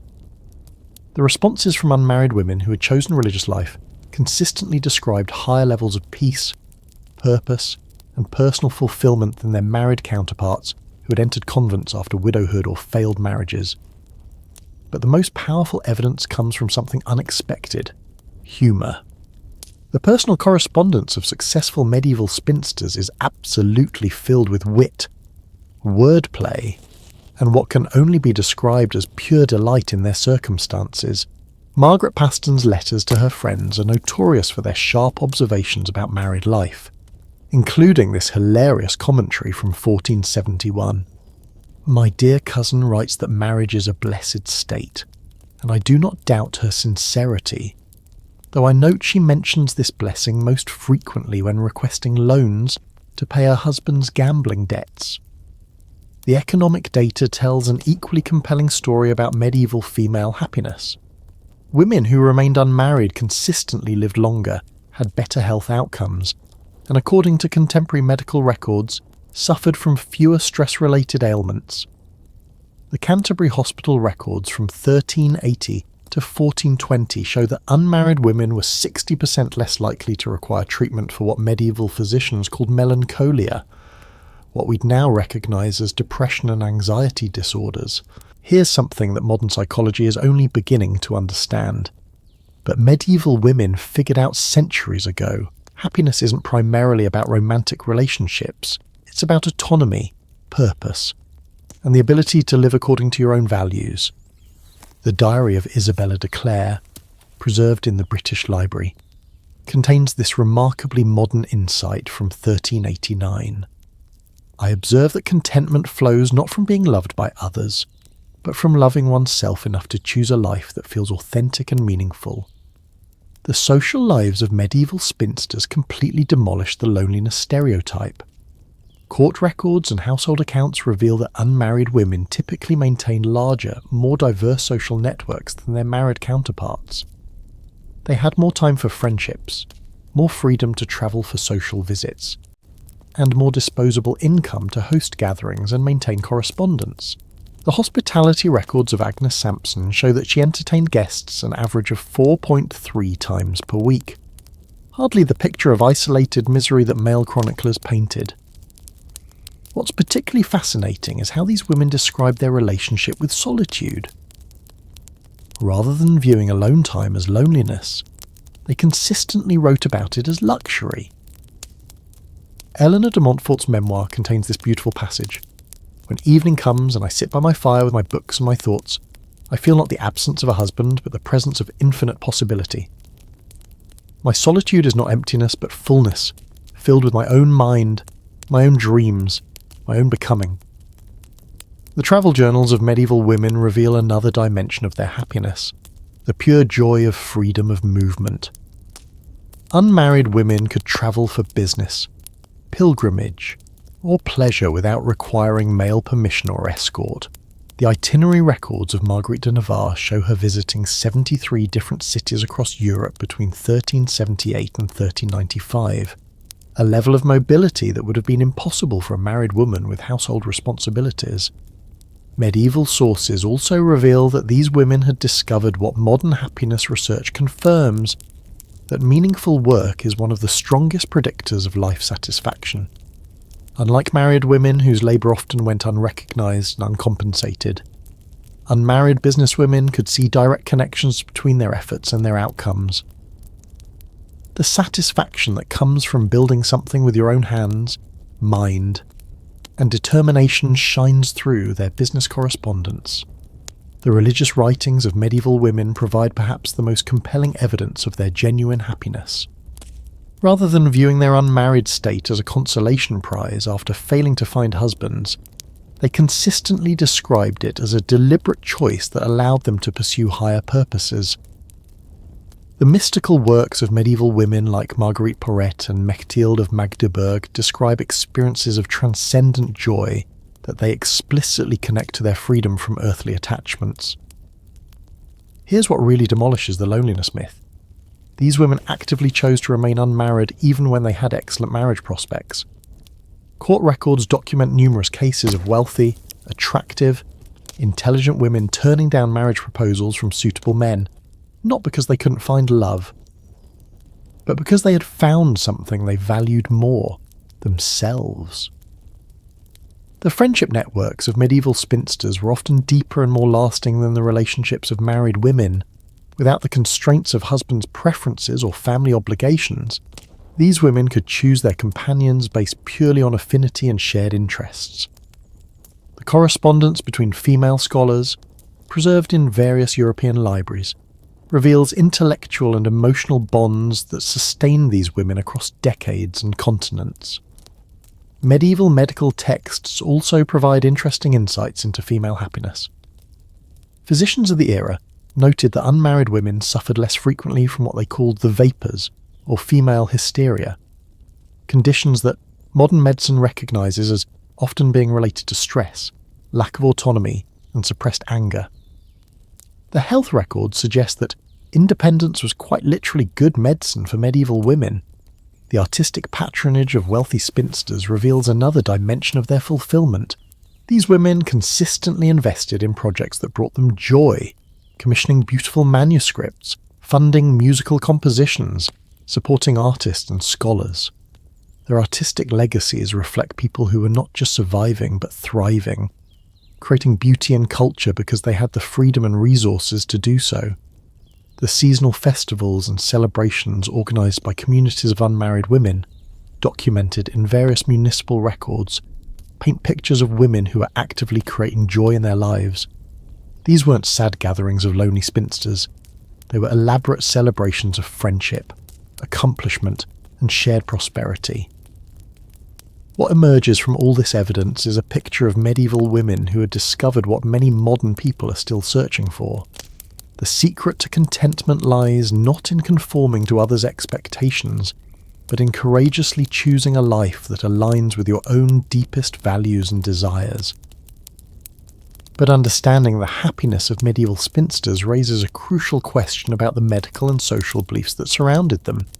Because while these women were thriving emotionally and financially, medieval society was simultaneously developing elaborate theories about why unmarried women were supposedly sick, dangerous, and unnatural. The medical texts and social theories that emerged to explain the success and contentment of independent women reveal some of the most bizarre and telling aspects of medieval misogyny. What physicians and scholars wrote about the bodies and minds of unmarried women exposes the desperate lengths to which patriarchal society would go to deny the obvious evidence of female autonomy and happiness.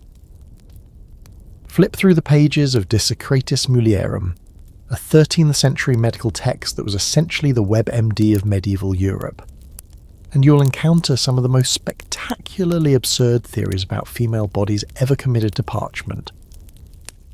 According to this influential medical manual, unmarried women over the age of 25 were suffering from a condition called uterine fury, a supposed disease where their unused wombs would literally wander around their bodies, causing everything from melancholy to madness to an unnatural desire for independence. The cure? Immediate marriage and pregnancy, naturally. Here's what'll make your blood boil about medieval medical misogyny. These weren't just quaint old wives' tales.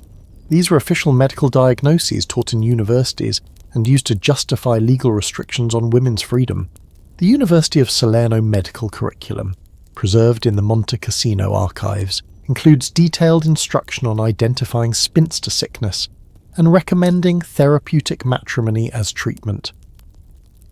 They literally medicalized female independence and prescribed male control as the cure. The sheer creativity of medieval physicians in inventing diseases to explain successful unmarried women is almost impressive in its absurdity. Take the condition they called virginal chlorosis, supposedly a form of anemia that affected unmarried women, making them pale, weak, and prone to unnatural thoughts. The symptoms, according to 14th century medical texts, included excessive reading, interest in business matters, and reluctance to accept marriage proposals. In other words, they had invented a disease whose symptoms were intelligence, ambition, and autonomy. But here's where this medical gaslighting gets truly sinister. The treatments prescribed for these imaginary conditions were designed to destroy the very qualities that made independent women successful. For uterine melancholy, physicians recommended bloodletting to weaken the patient, restrictions on mental stimulation to prevent overexcitement of the female brain, and complete financial dependence to restore natural feminine submission. They weren't treating diseases. They were systematically dismantling female independence under the guise of healthcare. The most influential medical authority of the era, a physician named Trotula of Salerno, actually fought against these misogynistic theories in her revolutionary text, The Diseases of Women. Her clinical observations, based on treating thousands of patients, contradicted everything her male colleagues claimed about unmarried women. She wrote, "I have observed that women who remain unmarried by choice display superior health, mental acuity and emotional stability compared to their married counterparts. The supposed diseases of maidenhood appear to be inventions of minds that cannot accept female contentment without male oversight." What's absolutely mind-blowing is how these medieval medical theories influenced legal and social policy. Court records from 14th century Germany show cases where successful businesswomen were forcibly treated for their supposed medical conditions. In 1367, a prosperous Nuremberg merchant named Bertha von Esslingen was declared legally incompetent due to acute spinster melancholia, and her business was transferred to male relatives for her therapeutic benefit. The diagnostic criteria for these imaginary ailments reads like a list of female accomplishments: According to the Compendium Medicinae of 1415, symptoms of maiden madness included proficiency in mathematics, ability to manage finances, extensive correspondence with other women, travel without male escort, and unnatural satisfaction with solitary life. They had literally pathologized success, intelligence, and happiness in unmarried women. Here's something that'll shock you about the international reach of these medical lies. Similar theories appeared simultaneously across Europe, suggesting coordinated efforts to undermine female independence through medical authority. French, German, Italian, and English medical texts from the 1300s all describe nearly identical spinster diseases with remarkably similar symptom lists and treatments. This wasn't coincidental misunderstanding. This was systematic propaganda disguised as medical science. The economic motivations behind these medical theories become clear when you follow the money.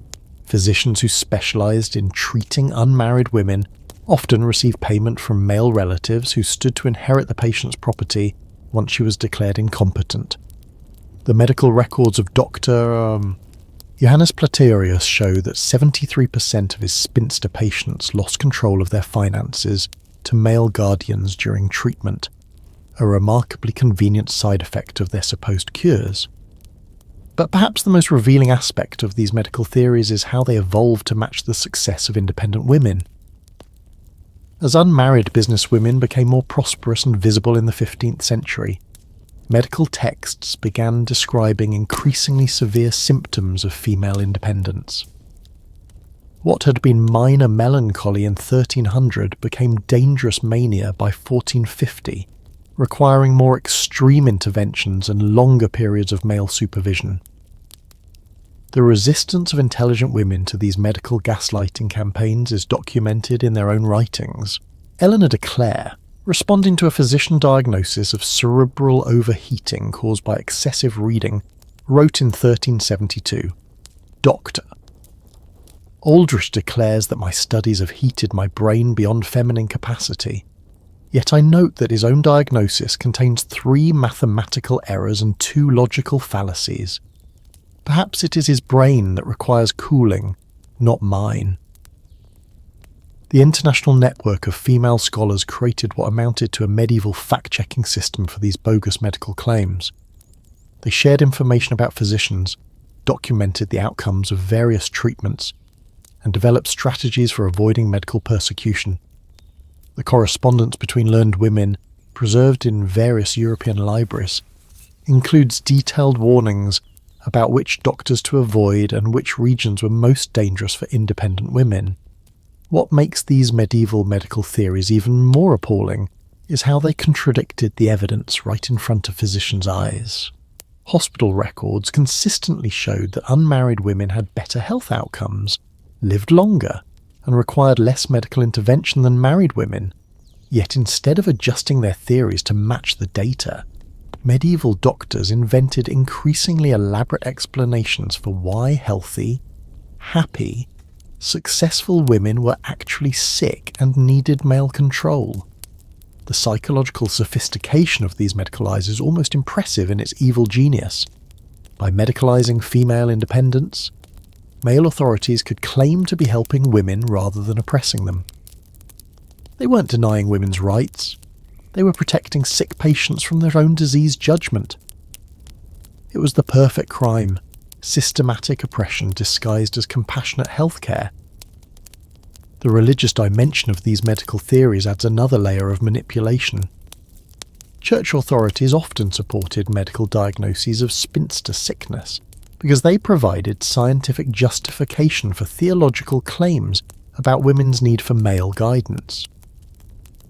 The partnership between medical and religious authorities in pathologizing female independence was devastatingly effective at undermining women's confidence in their own experiences.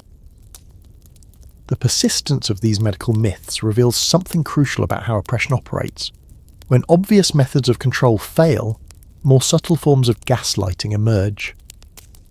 As direct legal restrictions on women proved insufficient to prevent female success, medical theories evolved to attack women's confidence in their own mental and physical health. The diagnostic manuals of the era also reveal how these theories adapted to different social classes. Wealthy women were diagnosed with refined conditions like aristocratic melancholy that required gentle treatment in comfortable surroundings, while poor women were said to suffer from peasant hysteria that demanded harsh interventions. Even their fake diseases reflected social hierarchies.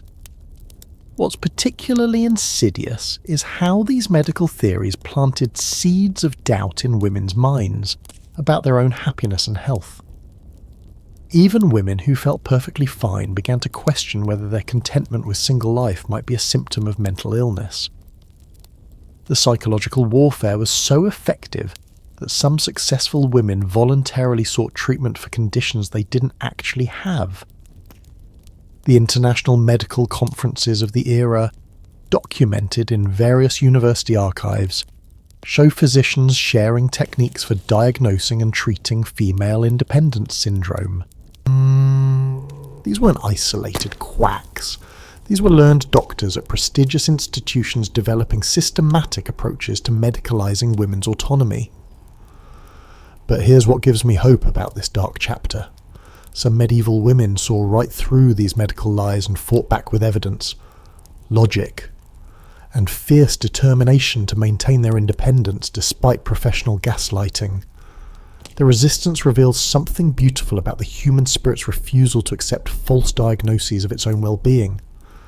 However, while individual women were fighting these medical battles, they weren't fighting alone. Behind the scenes, networks of independent women were developing sophisticated support systems that protected and nurtured female autonomy in ways that would make modern women's organizations envious. The sisterhood networks that emerged to combat medical persecution and social pressure reveal some of the most innovative and touching aspects of medieval female solidarity. How these women protected, supported, and empowered each other creates a hidden history of cooperation that challenges everything we think we know about medieval individualism and competition. Buried deep in the archives of Canterbury Cathedral lies a document that modern historians call the Chronicle of Friendships, a 14th century ledger that at first glance appears to be simple accounting records. But look closer, and you'll discover something extraordinary. It's actually the financial documentation of history's most sophisticated female support network. This wasn't just friendship. This was a medieval mutual aid society that operated across 3 countries, supported over 200 women, and created a safety net so effective that its members achieved independence rates that wouldn't be matched again for centuries. Here's what'll absolutely blow your mind about medieval sisterhood. These women had essentially invented crowdfunding 600 years before the internet. The Canterbury Ledger shows detailed records of what they called circulation of fortune, a system where successful women contributed to a common fund that provided emergency loans, start-up capital, and safety nets for other independent women. Between 1347 and 1389, this network disbursed over 15,000 marks in financial support, equivalent to roughly $8 million in today's currency. The organiser of this remarkable system was a woman named Constance Fitzgilbert, a successful wool merchant who had noticed that individual women, no matter how capable, remained vulnerable to economic disasters, legal challenges, or family pressure that could destroy their independence overnight. Her solution was brilliant. Create a network so strong that attacking one woman meant confronting the collective power of dozens of others. Let me tell you about how their emergency response system worked. Because it's more sophisticated than most modern organisations, when a network member faced a crisis, whether a lawsuit, medical emergency, business failure, or family interference, she could send coded messages through a chain of trusted intermediaries. Within weeks, support would arrive in forms ranging from financial assistance to expert advice to strategic relocation. The response records, preserved in various English archives, show an average response time of 11 days across distances that normally took months to traverse. The international scope of these sisterhood networks is absolutely staggering. The correspondence of Agnes de Clare reveals connections stretching from Ireland to Poland, with active members in over 40 major cities. They had created what we'd now call a sister city program, where women travelling for business could count on accommodation, local contacts, and protection in unfamiliar territories. It was like having a medieval American Express card that also provided emotional support and career networking. Here's something that'll give you chills about their strategic thinking. These women understood that their greatest vulnerability was isolation, so they systematically eliminated it. They established regular communication schedules, shared business intelligence, and created redundant support systems so that no woman had to face challenges alone.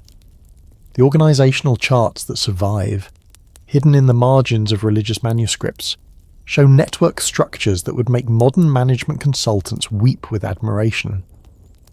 But perhaps the most innovative aspect of these sisterhood networks was their approach to knowledge sharing. They had essentially created the medieval equivalent of professional development programs, where successful women mentored newcomers, shared business strategies, and collectively solved problems that individual members faced. The workshop records of the London Guild archives document regular councils of wisdom where women presented challenges and brainstormed solutions together. The mutual aid extended far beyond just emergency support. These networks provided everything from childcare cooperation for single mothers to advanced education opportunities to what we'd now call career placement services. The success rates were extraordinary. Network members were 89% more likely to achieve long-term financial independence compared to women operating alone, according to analysis of surviving account books and tax records. What absolutely fascinates modern historians is how these women balance cooperation with competition. Many network members were technically business rivals, yet they consistently chose collective strength over individual advantage. The correspondence between silk merchants in 14th century Florence shows women sharing supplier information, warning each other about unreliable customers, and even collaborating on large orders that no single merchant could fulfill alone. The security measures these networks employed reveal their understanding of the dangers they faced. They use coded language in their correspondence, established safe houses for members fleeing persecution, and developed elaborate authentication systems to prevent infiltration by hostile forces. The security protocols, documented in the cipher keys preserved at the Bodleian Library, were so sophisticated that some weren't decoded until the 20th century. Here's where their sisterhood gets beautifully subversive. They turn traditional female gatherings into revolutionary meetings. Religious festivals, market days, and social visits became cover for strategic planning sessions, intelligence sharing, and resource distribution. They were hiding a medieval resistance movement in plain sight, disguised as ordinary feminine friendship. The economic impact of these networks was enormous but carefully concealed. By pooling resources and sharing risks, member women could undertake business ventures that would have been impossible individually. The shipping records from 14th century Venice show several major trading expeditions funded through network partnerships, generating profits that were shared among dozens of contributing women. Their approach to crisis management was particularly impressive. When the Black Death devastated Europe in the 1340s, these networks adapted rapidly, providing not just financial support but also practical assistance with business continuity, property management, and even widow succession planning. The survival rates of network-connected women during this crisis were significantly higher than those of isolated individuals. The psychological support provided by these networks was perhaps even more valuable than the economic assistance. In a world that constantly told women they were incomplete without husbands, these sisterhoods created spaces where female independence was celebrated, female intelligence was respected, and female ambition was encouraged. The personal letters between network members reveal deep friendships, intellectual stimulation, and what can only be described as chosen family relationships. What makes these medieval networks even more remarkable is how they navigated legal restrictions on women's association. Since formal organisations of women were often viewed with suspicion or outright banned, they operated through informal structures that were harder to regulate or dissolve. They were essentially creating shadow institutions that provided all the benefits of formal organisations without the legal vulnerabilities. The mentorship programs within these networks were centuries ahead of their time. Experienced businesswomen took responsibility for guiding newcomers, sharing not just practical knowledge but also emotional wisdom about maintaining independence in a hostile environment. The advice letters that survive are like medieval self-help guides, filled with strategies for building confidence, managing finances, and resisting social pressure. The network's intelligence gathering capabilities were extraordinary. Members shared information about market conditions, political developments, legal changes, and social attitudes that could affect women's freedom and safety. They were operating a medieval early warning system that allowed women to anticipate and prepare for challenges before they became crises. Here's something beautiful about these sisterhood networks. They created cultures of abundance rather than scarcity. Instead of viewing other successful women as threats, network members celebrated each other's achievements and actively worked to expand opportunities for all women. The congratulatory letters that survive are filled with genuine joy for others' success and collaborative excitement about expanding possibilities. The legacy planning of these networks shows remarkable foresight. Many established endowments and legal structures designed to support future generations of independent women, even after the founders were gone. They were building institutions that could survive changes in political climate, economic conditions, and social attitudes. But perhaps the most touching aspect of these sisterhood networks was their commitment to rescuing women from situations where their independence was threatened. The rescue records, coded in various religious manuscripts, document dozens of cases where networks successfully extracted women from forced marriages, abusive situations, or family conspiracies against their autonomy. The international conferences that these networks organised were like medieval TED Talks, where successful women shared innovations, discussed challenges, and planned collaborative strategies. The conference notes that survive reveal presentations on everything from new business techniques to legal strategies to methods for maintaining emotional resilience in isolation. However, as powerful and sophisticated as these sisterhood networks became, they were operating in an increasingly dangerous environment. Because while women were building these remarkable support systems, social and religious authorities were developing their own systematic approaches to destroying female independence. The witch hunts that would soon sweep across Europe weren't random outbursts of religious hysteria.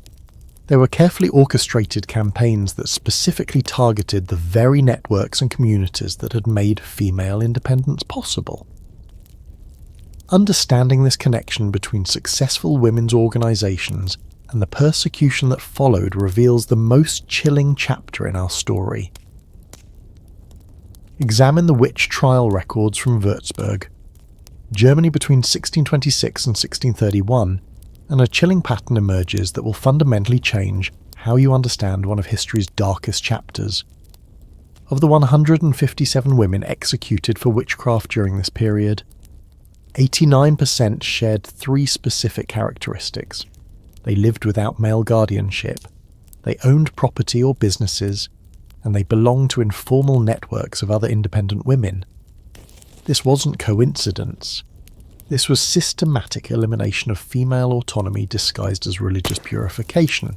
Here's what'll absolutely horrify you about the witch hunt strategy. The persecutors specifically targeted the support networks we just explored. The trial records, preserved in the Franconian archives, reveal interrogation techniques designed to extract information about women's associations, business partnerships, and mutual aid relationships. Under torture, accused women were forced to name their female contacts, creating lists that became hunting guides for finding the next victims. The connection between successful women's networks and witch accusations becomes undeniable when you analyse the geographical patterns. The most intense persecutions occurred precisely in regions where female economic independence had flourished most successfully. The Rhine Valley, Flanders, and northern Italy, all areas with strong traditions of female entrepreneurship, experienced some of the most devastating witch hunts in European history. Let me tell you about the systematic destruction of the Canterbury network we discussed earlier.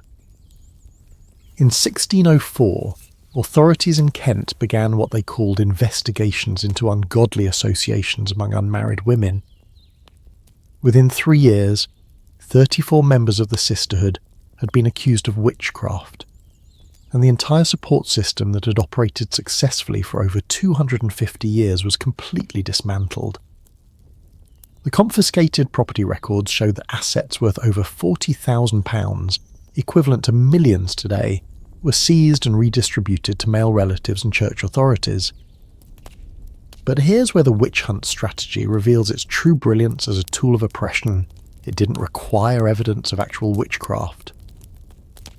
The very characteristics that had made women successful, independence, intelligence, financial acumen, and mutual support, were redefined as evidence of supernatural corruption. The Malleus Maleficarum, the notorious witch hunter's manual, explicitly states that women who live contentedly without male guidance are displaying unnatural behaviour that suggests diabolic influence. The economic motivations behind targeting independent women become crystal clear when you follow the money trail. The Bamberg witch trials of 1626 to 1631, documented in extraordinary detail by the Prince Bishop's secretary, show that accused women's property was automatically confiscated upon arrest. The accounting records reveal that these seizures funded the entire persecution apparatus. The judges, executioners, and administrators were literally paid with stolen wealth from successful women. What's most chilling about these persecution records is how they reveal coordinated strategy rather than spontaneous hysteria. The timing of witch hunts across different regions shows suspicious patterns of communication and planning. When authorities in one area successfully destroyed a network of independent women, similar accusations would appear in neighbouring territories within months, suggesting shared techniques and coordinated efforts. The interrogation manuals used by witch hunters read like guides for destroying female solidarity. They include specific questions designed to break apart women's support networks. Who taught you to read? Which women do you correspond with? Who provides you with business advice? Which women have you assisted financially? The goal wasn't just to eliminate individual women, it was to shatter the entire infrastructure that made female independence possible. Here's something that'll make you sick to your stomach. The witch hunters deliberately exploited women's loyalty to each other. They would torture accused women until they confessed to corrupting their female friends, then use these forced confessions as evidence against the next victims. The trial records show case after case where women's attempts to protect their sisters became evidence of shared guilt in diabolic conspiracies. The speed with which these persecution campaigns could destroy centuries of female progress is absolutely staggering. The merchant records from Cologne show that in 1487, women owned 31% of the city's commercial properties. By 1520, after a series of intensive witch hunts, female property ownership had dropped to just 8%. 3 decades of systematic persecution had effectively reversed 200 years of women's economic advancement. The psychological warfare employed during these campaigns was devastatingly effective. Even women who were never formally accused often voluntarily dismantled their businesses, ended their female friendships, and sought male protection rather than risk being labelled as witches. The mere threat of accusation was enough to destroy networks that had taken generations to build. What makes the witch hunt connection even more horrifying is how it reveals the deliberate nature of the persecution. These weren't random outbursts of religious mania. They were calculated campaigns with specific political and economic objectives. The correspondence between church authorities and secular leaders, preserved in various European archives, shows explicit discussions about using witchcraft accusations to restore proper order and eliminate dangerous independence among females. The international coordination of these persecution campaigns is particularly chilling. Similar techniques, timing, and targets appeared simultaneously across regions that had little other communication or cooperation. The standardization of persecution methods suggests organized planning at levels that historians are still trying to understand. The impact on surviving women was profound and lasting. Those who escaped execution often suffered what we'd now recognize as severe trauma, abandoning their previous independence and retreating into traditional roles for safety. The bold, confident voices we heard in earlier women's writings largely disappear from the historical record after major witch hunts, replaced by apologetic, fearful tones that suggest deep psychological damage. But perhaps the most insidious aspect of the witch hunt strategy was how it poisoned relationships between women. By forcing accused women to implicate their friends and associates, the persecutors created an atmosphere of suspicion and fear that made future female solidarity much more difficult. Women learned to distrust each other, to avoid close friendships, and to suppress any signs of independence that might attract attention. The long-term effectiveness of this campaign of terror cannot be overstated. For centuries after the witch hunts ended, women continued to avoid the kinds of associations, independence, and success that had once been celebrated. The psychological scars ran so deep that many women internalized the message that female autonomy was dangerous and unnatural. The religious justifications used for these persecutions reveal how thoroughly patriarchal authorities had corrupted spiritual teachings to serve their political goals. They took Christian concepts of divine order and twisted them into weapons against women who dared to live according to their own conscience and capabilities. What's particularly heartbreaking is reading the final statements of executed women, preserved in court records. Many express complete bewilderment at their fate, unable to understand how their attempts to live virtuous, productive lives had been transformed into evidence of evil. Their confusion and despair stand as monuments to the cruelty of systematic oppression. The cover-up of these persecution campaigns was almost as thorough as the persecutions themselves. Later historians, often working under continued patriarchal influence, downplayed the connection between witch hunts and the suppression of female independence, presenting the persecutions as religious aberrations rather than political campaigns. However, understanding this dark chapter also reveals something remarkable about the human spirit. Even in the face of such systematic terror, some women found ways to preserve and pass down the knowledge that female independence was both possible and valuable. Their quiet acts of resistance ensured that the dreams of medieval independent women wouldn't die completely. As we reach the end of our journey through these hidden histories, we're left with profound questions about legacy, memory, and the ongoing struggle for female autonomy. The lessons that these remarkable medieval women left us about independence, happiness, and the courage to live authentically remain as relevant today as they were 7 centuries ago. Turn the pages of any modern business magazine, scroll through social media celebrating female entrepreneurs, or listen to contemporary discussions about work-life balance, and you'll encounter ideas that would sound remarkably familiar to a 14th century spinster. The strategies for financial independence, the approaches to networking and mutual support, the understanding that happiness comes from authentic choice rather than social conformity. These aren't modern innovations. They're rediscoveries of wisdom that remarkable medieval women figured out centuries ago. Here's what'll completely revolutionize how you think about women's progress. We didn't gradually evolve towards female independence. We lost it. And we're still trying to get it back. The medieval women we've met tonight achieved levels of economic autonomy, emotional satisfaction, and social influence that many women today are still fighting to attain.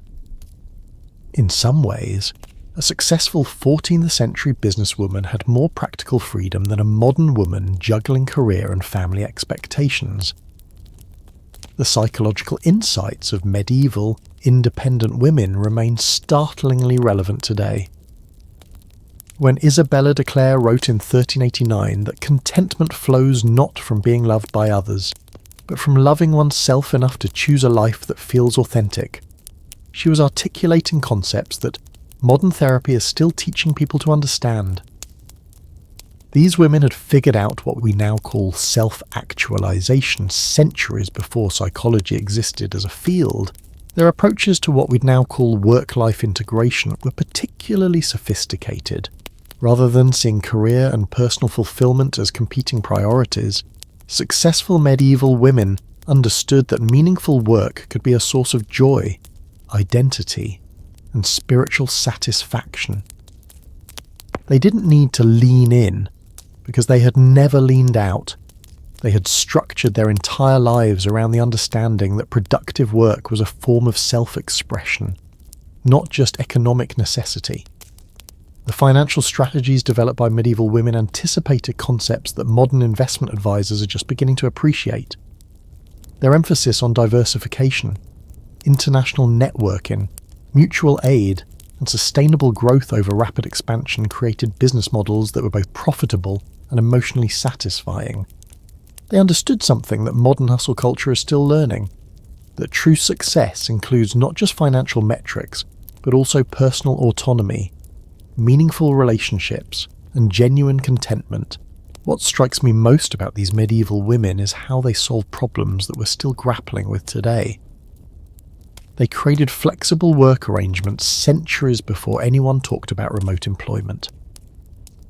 They developed mutual support networks that provided both economic security and emotional nourishment.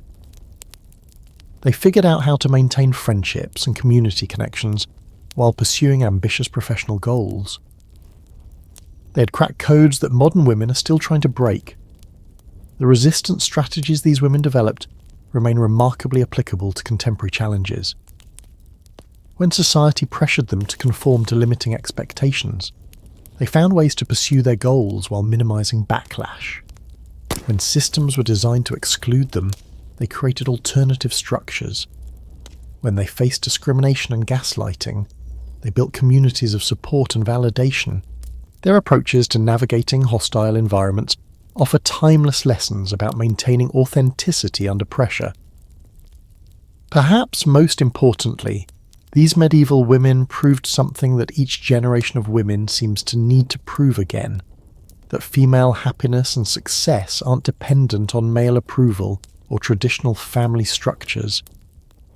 They demonstrated that women are complete human beings capable of creating rich, meaningful lives according to their own values and desires. This truth was so threatening that it required centuries of systematic suppression to obscure it. The economic models these women created anticipated modern concepts like social entrepreneurship, impact investing, and stakeholder capitalism. They consistently chose business strategies that generated not just personal profit, but also community benefit. They understood that sustainable success required building systems that supported other women's advancement, creating what we'd now call rising tide economics. Their approach to education and intellectual development also feels remarkably contemporary. These women were lifelong learners who understood that knowledge was both personally enriching and practically valuable. They created informal universities, mentorship programs, and knowledge-sharing networks that ensured continuous growth and adaptation. They were practicing what we now call growth mindset centuries before Carol Dweck coined the term. The international perspectives of these medieval women also offer lessons for our globalized world. They understood that different cultures offered different opportunities for female advancement, and they weren't afraid to adapt, travel, or relocate to find environments where they could thrive. They were true global citizens who saw the entire world as their potential home and marketplace. What gives me the most hope about these historical stories is how they reveal the persistence of human desire for authentic, self-determined life. Despite centuries of oppression, propaganda, and systematic discouragement, the dream of female independence kept emerging. Every generation produced women who refused to accept limitations, who insisted on pursuing their own vision of fulfillment, and who created new possibilities for the women who would follow them. The technological tools available to modern women would have amazed these medieval entrepreneurs, but the fundamental challenges and opportunities remain remarkably similar. We still need to build financial independence, create supportive communities, resist social pressure to conform to limiting expectations, and find ways to balance personal ambition with meaningful relationships. The methods have evolved, but the core human needs and desires remain constant. Understanding this history also helps explain some of the persistent challenges women face today. The stereotypes about female ambition being unnatural, the pressure to choose between career and family, the tendency to pathologize women who find fulfillment outside traditional roles. These aren't natural or inevitable attitudes. They're the lingering effects of systematic campaigns designed to limit female autonomy. Recognizing their historical origins helps us see them as changeable social constructs rather than eternal truths. The courage of these medieval women offers inspiration for contemporary challenges. They face much more severe consequences for their choices than most modern women do, yet they persisted in creating authentic, fulfilling lives. Their examples remind us that female independence has always required courage, but that the rewards, in terms of personal satisfaction, meaningful work, and genuine happiness, make that courage worthwhile. What these women ultimately proved is that there's no single path to female fulfillment. Some found joy in business, others in scholarship, still others in spiritual pursuits or artistic creation. Some maintained romantic relationships while preserving their autonomy, others chose complete independence. What united them wasn't their specific choices, but their insistence on making those choices for themselves. Their stories also reveal the importance of female friendship and mutual support in achieving and maintaining independence. None of these women succeeded in isolation. They all relied on networks of other women who shared resources, provided encouragement, and offered practical assistance. They understood that individual success was most sustainable when it was part of collective advancement. The legacy of these remarkable women lives on in every modern woman who chooses education over early marriage, career development over immediate family formation, or financial independence over economic dependence. It continues in every female entrepreneur who starts her own business, every woman who travels solo for adventure or opportunity, and every person who insists on living according to their own values rather than others' expectations. As we close this journey through hidden histories, I'm struck by how these medieval women's greatest achievement wasn't their individual success, remarkable as that was. Their greatest achievement was proving that alternative ways of living were possible, that female happiness and fulfillment could take many different forms, and that society's restrictions on women were artificial rather than natural. Their courage to live authentically, despite enormous social pressure and real physical danger, created cracks in the system that allowed future generations of women to expand their own possibilities. Every woman today who lives independently owes a debt to these medieval pioneers who first dared to prove it could be done. The truth about women who lived alone without men in medieval times isn't just a historical curiosity. It's a blueprint for understanding that female autonomy, happiness, and success have always been possible when women had the courage to claim them and the wisdom to support each other in achieving them. Thank you for joining me on this incredible journey through the hidden stories of medieval women who dared to live life on their own terms. These remarkable people proved that independence, success, and genuine happiness were possible for women centuries before anyone thought to call it feminism. I hope their stories have inspired you, challenged some assumptions, and maybe even given you new perspective on your own choices and possibilities. The courage and wisdom of these medieval women remain as relevant today as they were 700 years ago. Keep an eye out for our next story. where we'll be exploring another fascinating chapter of hidden history that will change how you see the world. Until then, sweet dreams, and remember, the most radical thing any of us can do is live authentically, just like these extraordinary women did centuries ago.